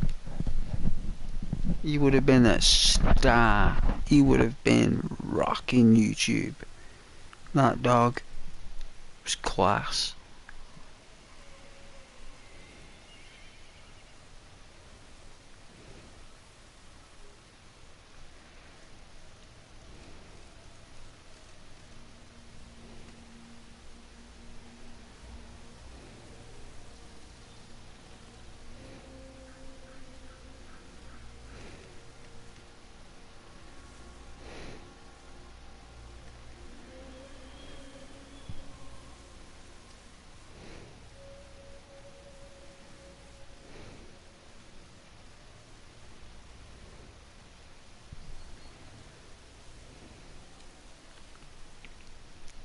Good times, eh?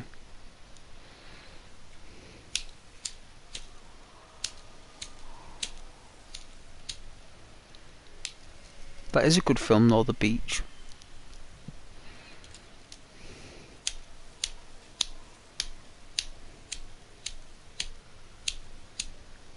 Another film by Leonardo DiCaprio, gone off the radar. Good film as well.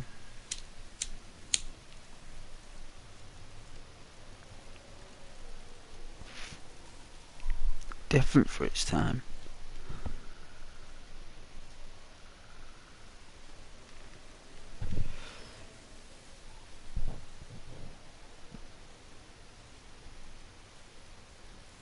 save this game. Just gonna go blue.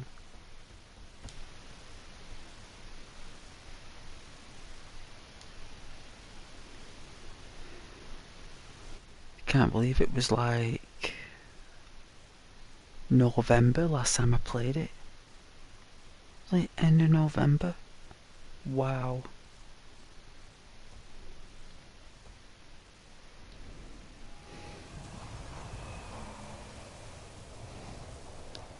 It was worth a play though for a Friday. It was different.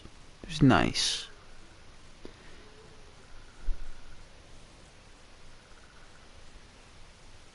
Bit much with the samurai fighting, but I love it, but it's like it can get a bit much, like slicing up opponents. I do like me games where we're chilling, but most games consist of combat. So, you know, I expect to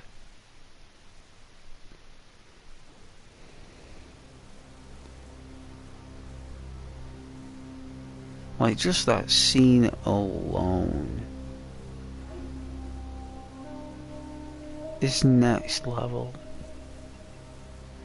The power in this introductory screen here, the lightning, the storm, the sword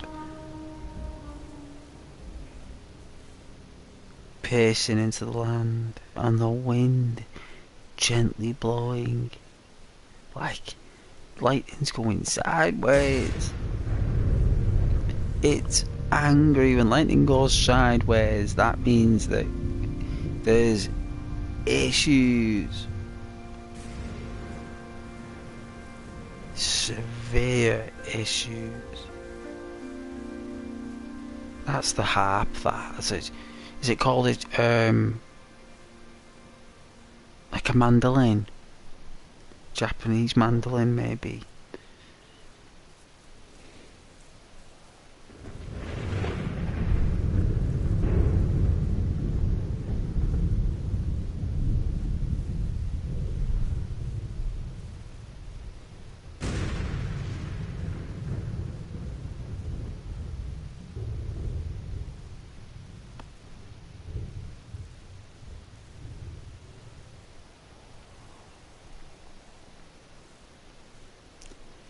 But I'm going to do some more research on them scabbards.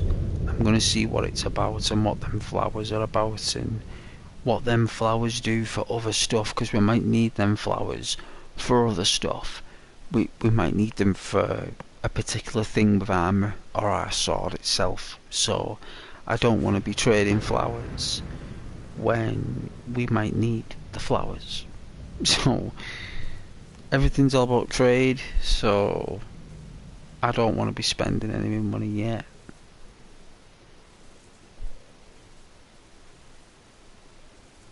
But it's been a very powerful experience, this game. Very powerful.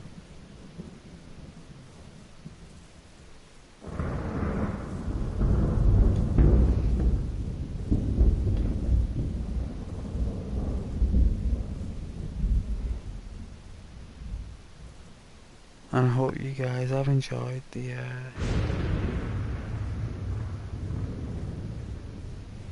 you know, the commentary. Lush, amazing commentary from Ghostwright.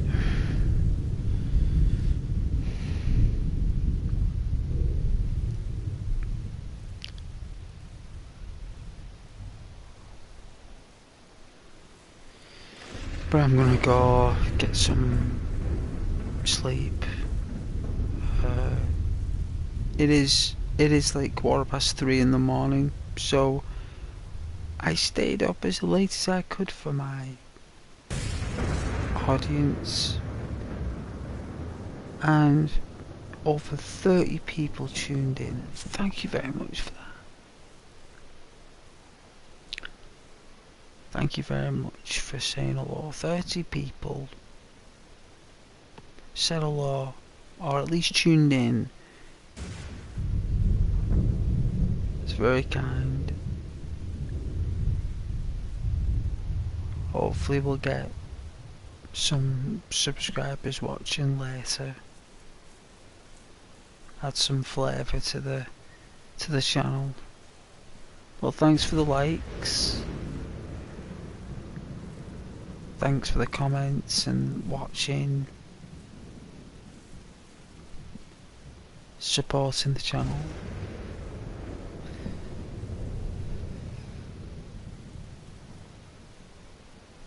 It's very kind. I'm going to be making a video. There's been like, well, we've got like 530 subscribers, so I said when it reached over 500 I'd make a video.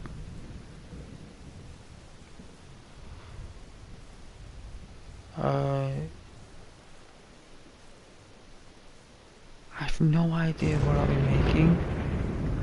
No idea what I'll be making, but I will think of something.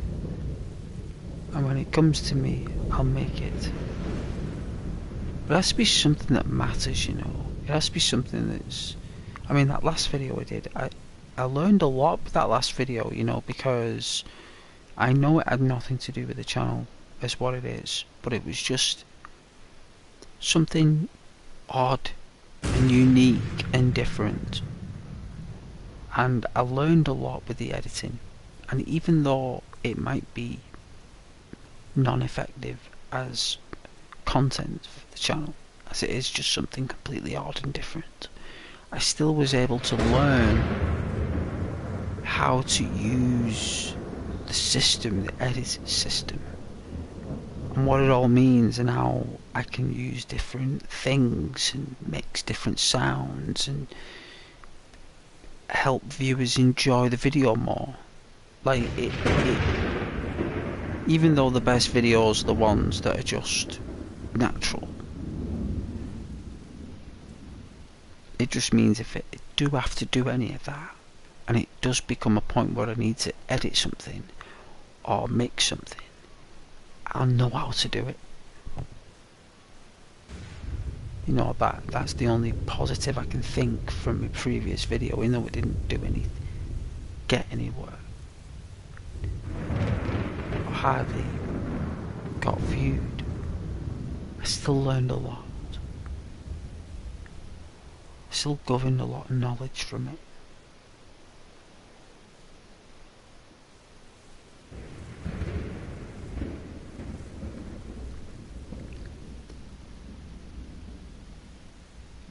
But to make a video now, it's got to make sense, right? So it's got to be true. They're normally the best type and kind of videos to make, the ones that are true, funny, short, like 12 minutes max. Like, that's normally as long as people will watch a vid, unless you're a proper good channel. They'll watch for longer. But people will watch a video that's 12 minutes long on average. So that's the distance of time I've got to make the video. It's 12 minutes. And there needs to be a subject that not only is beneficial for the viewer, but also for the channel. So it has to be entertaining, it has to be true, it has to make sense, it has to be communicated correctly, and a script would have to be written to a degree.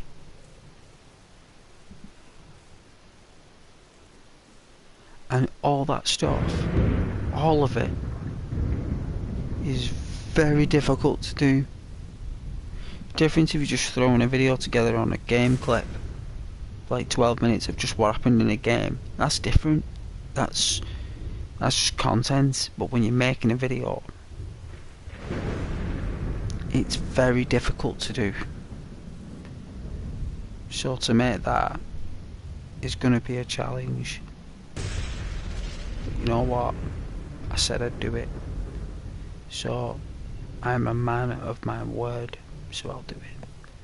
But until then, until I do it, I'm gonna go to bed. So it's been a pleasure. Good night, God bless. From Ghost. See you guys tomorrow. Good night.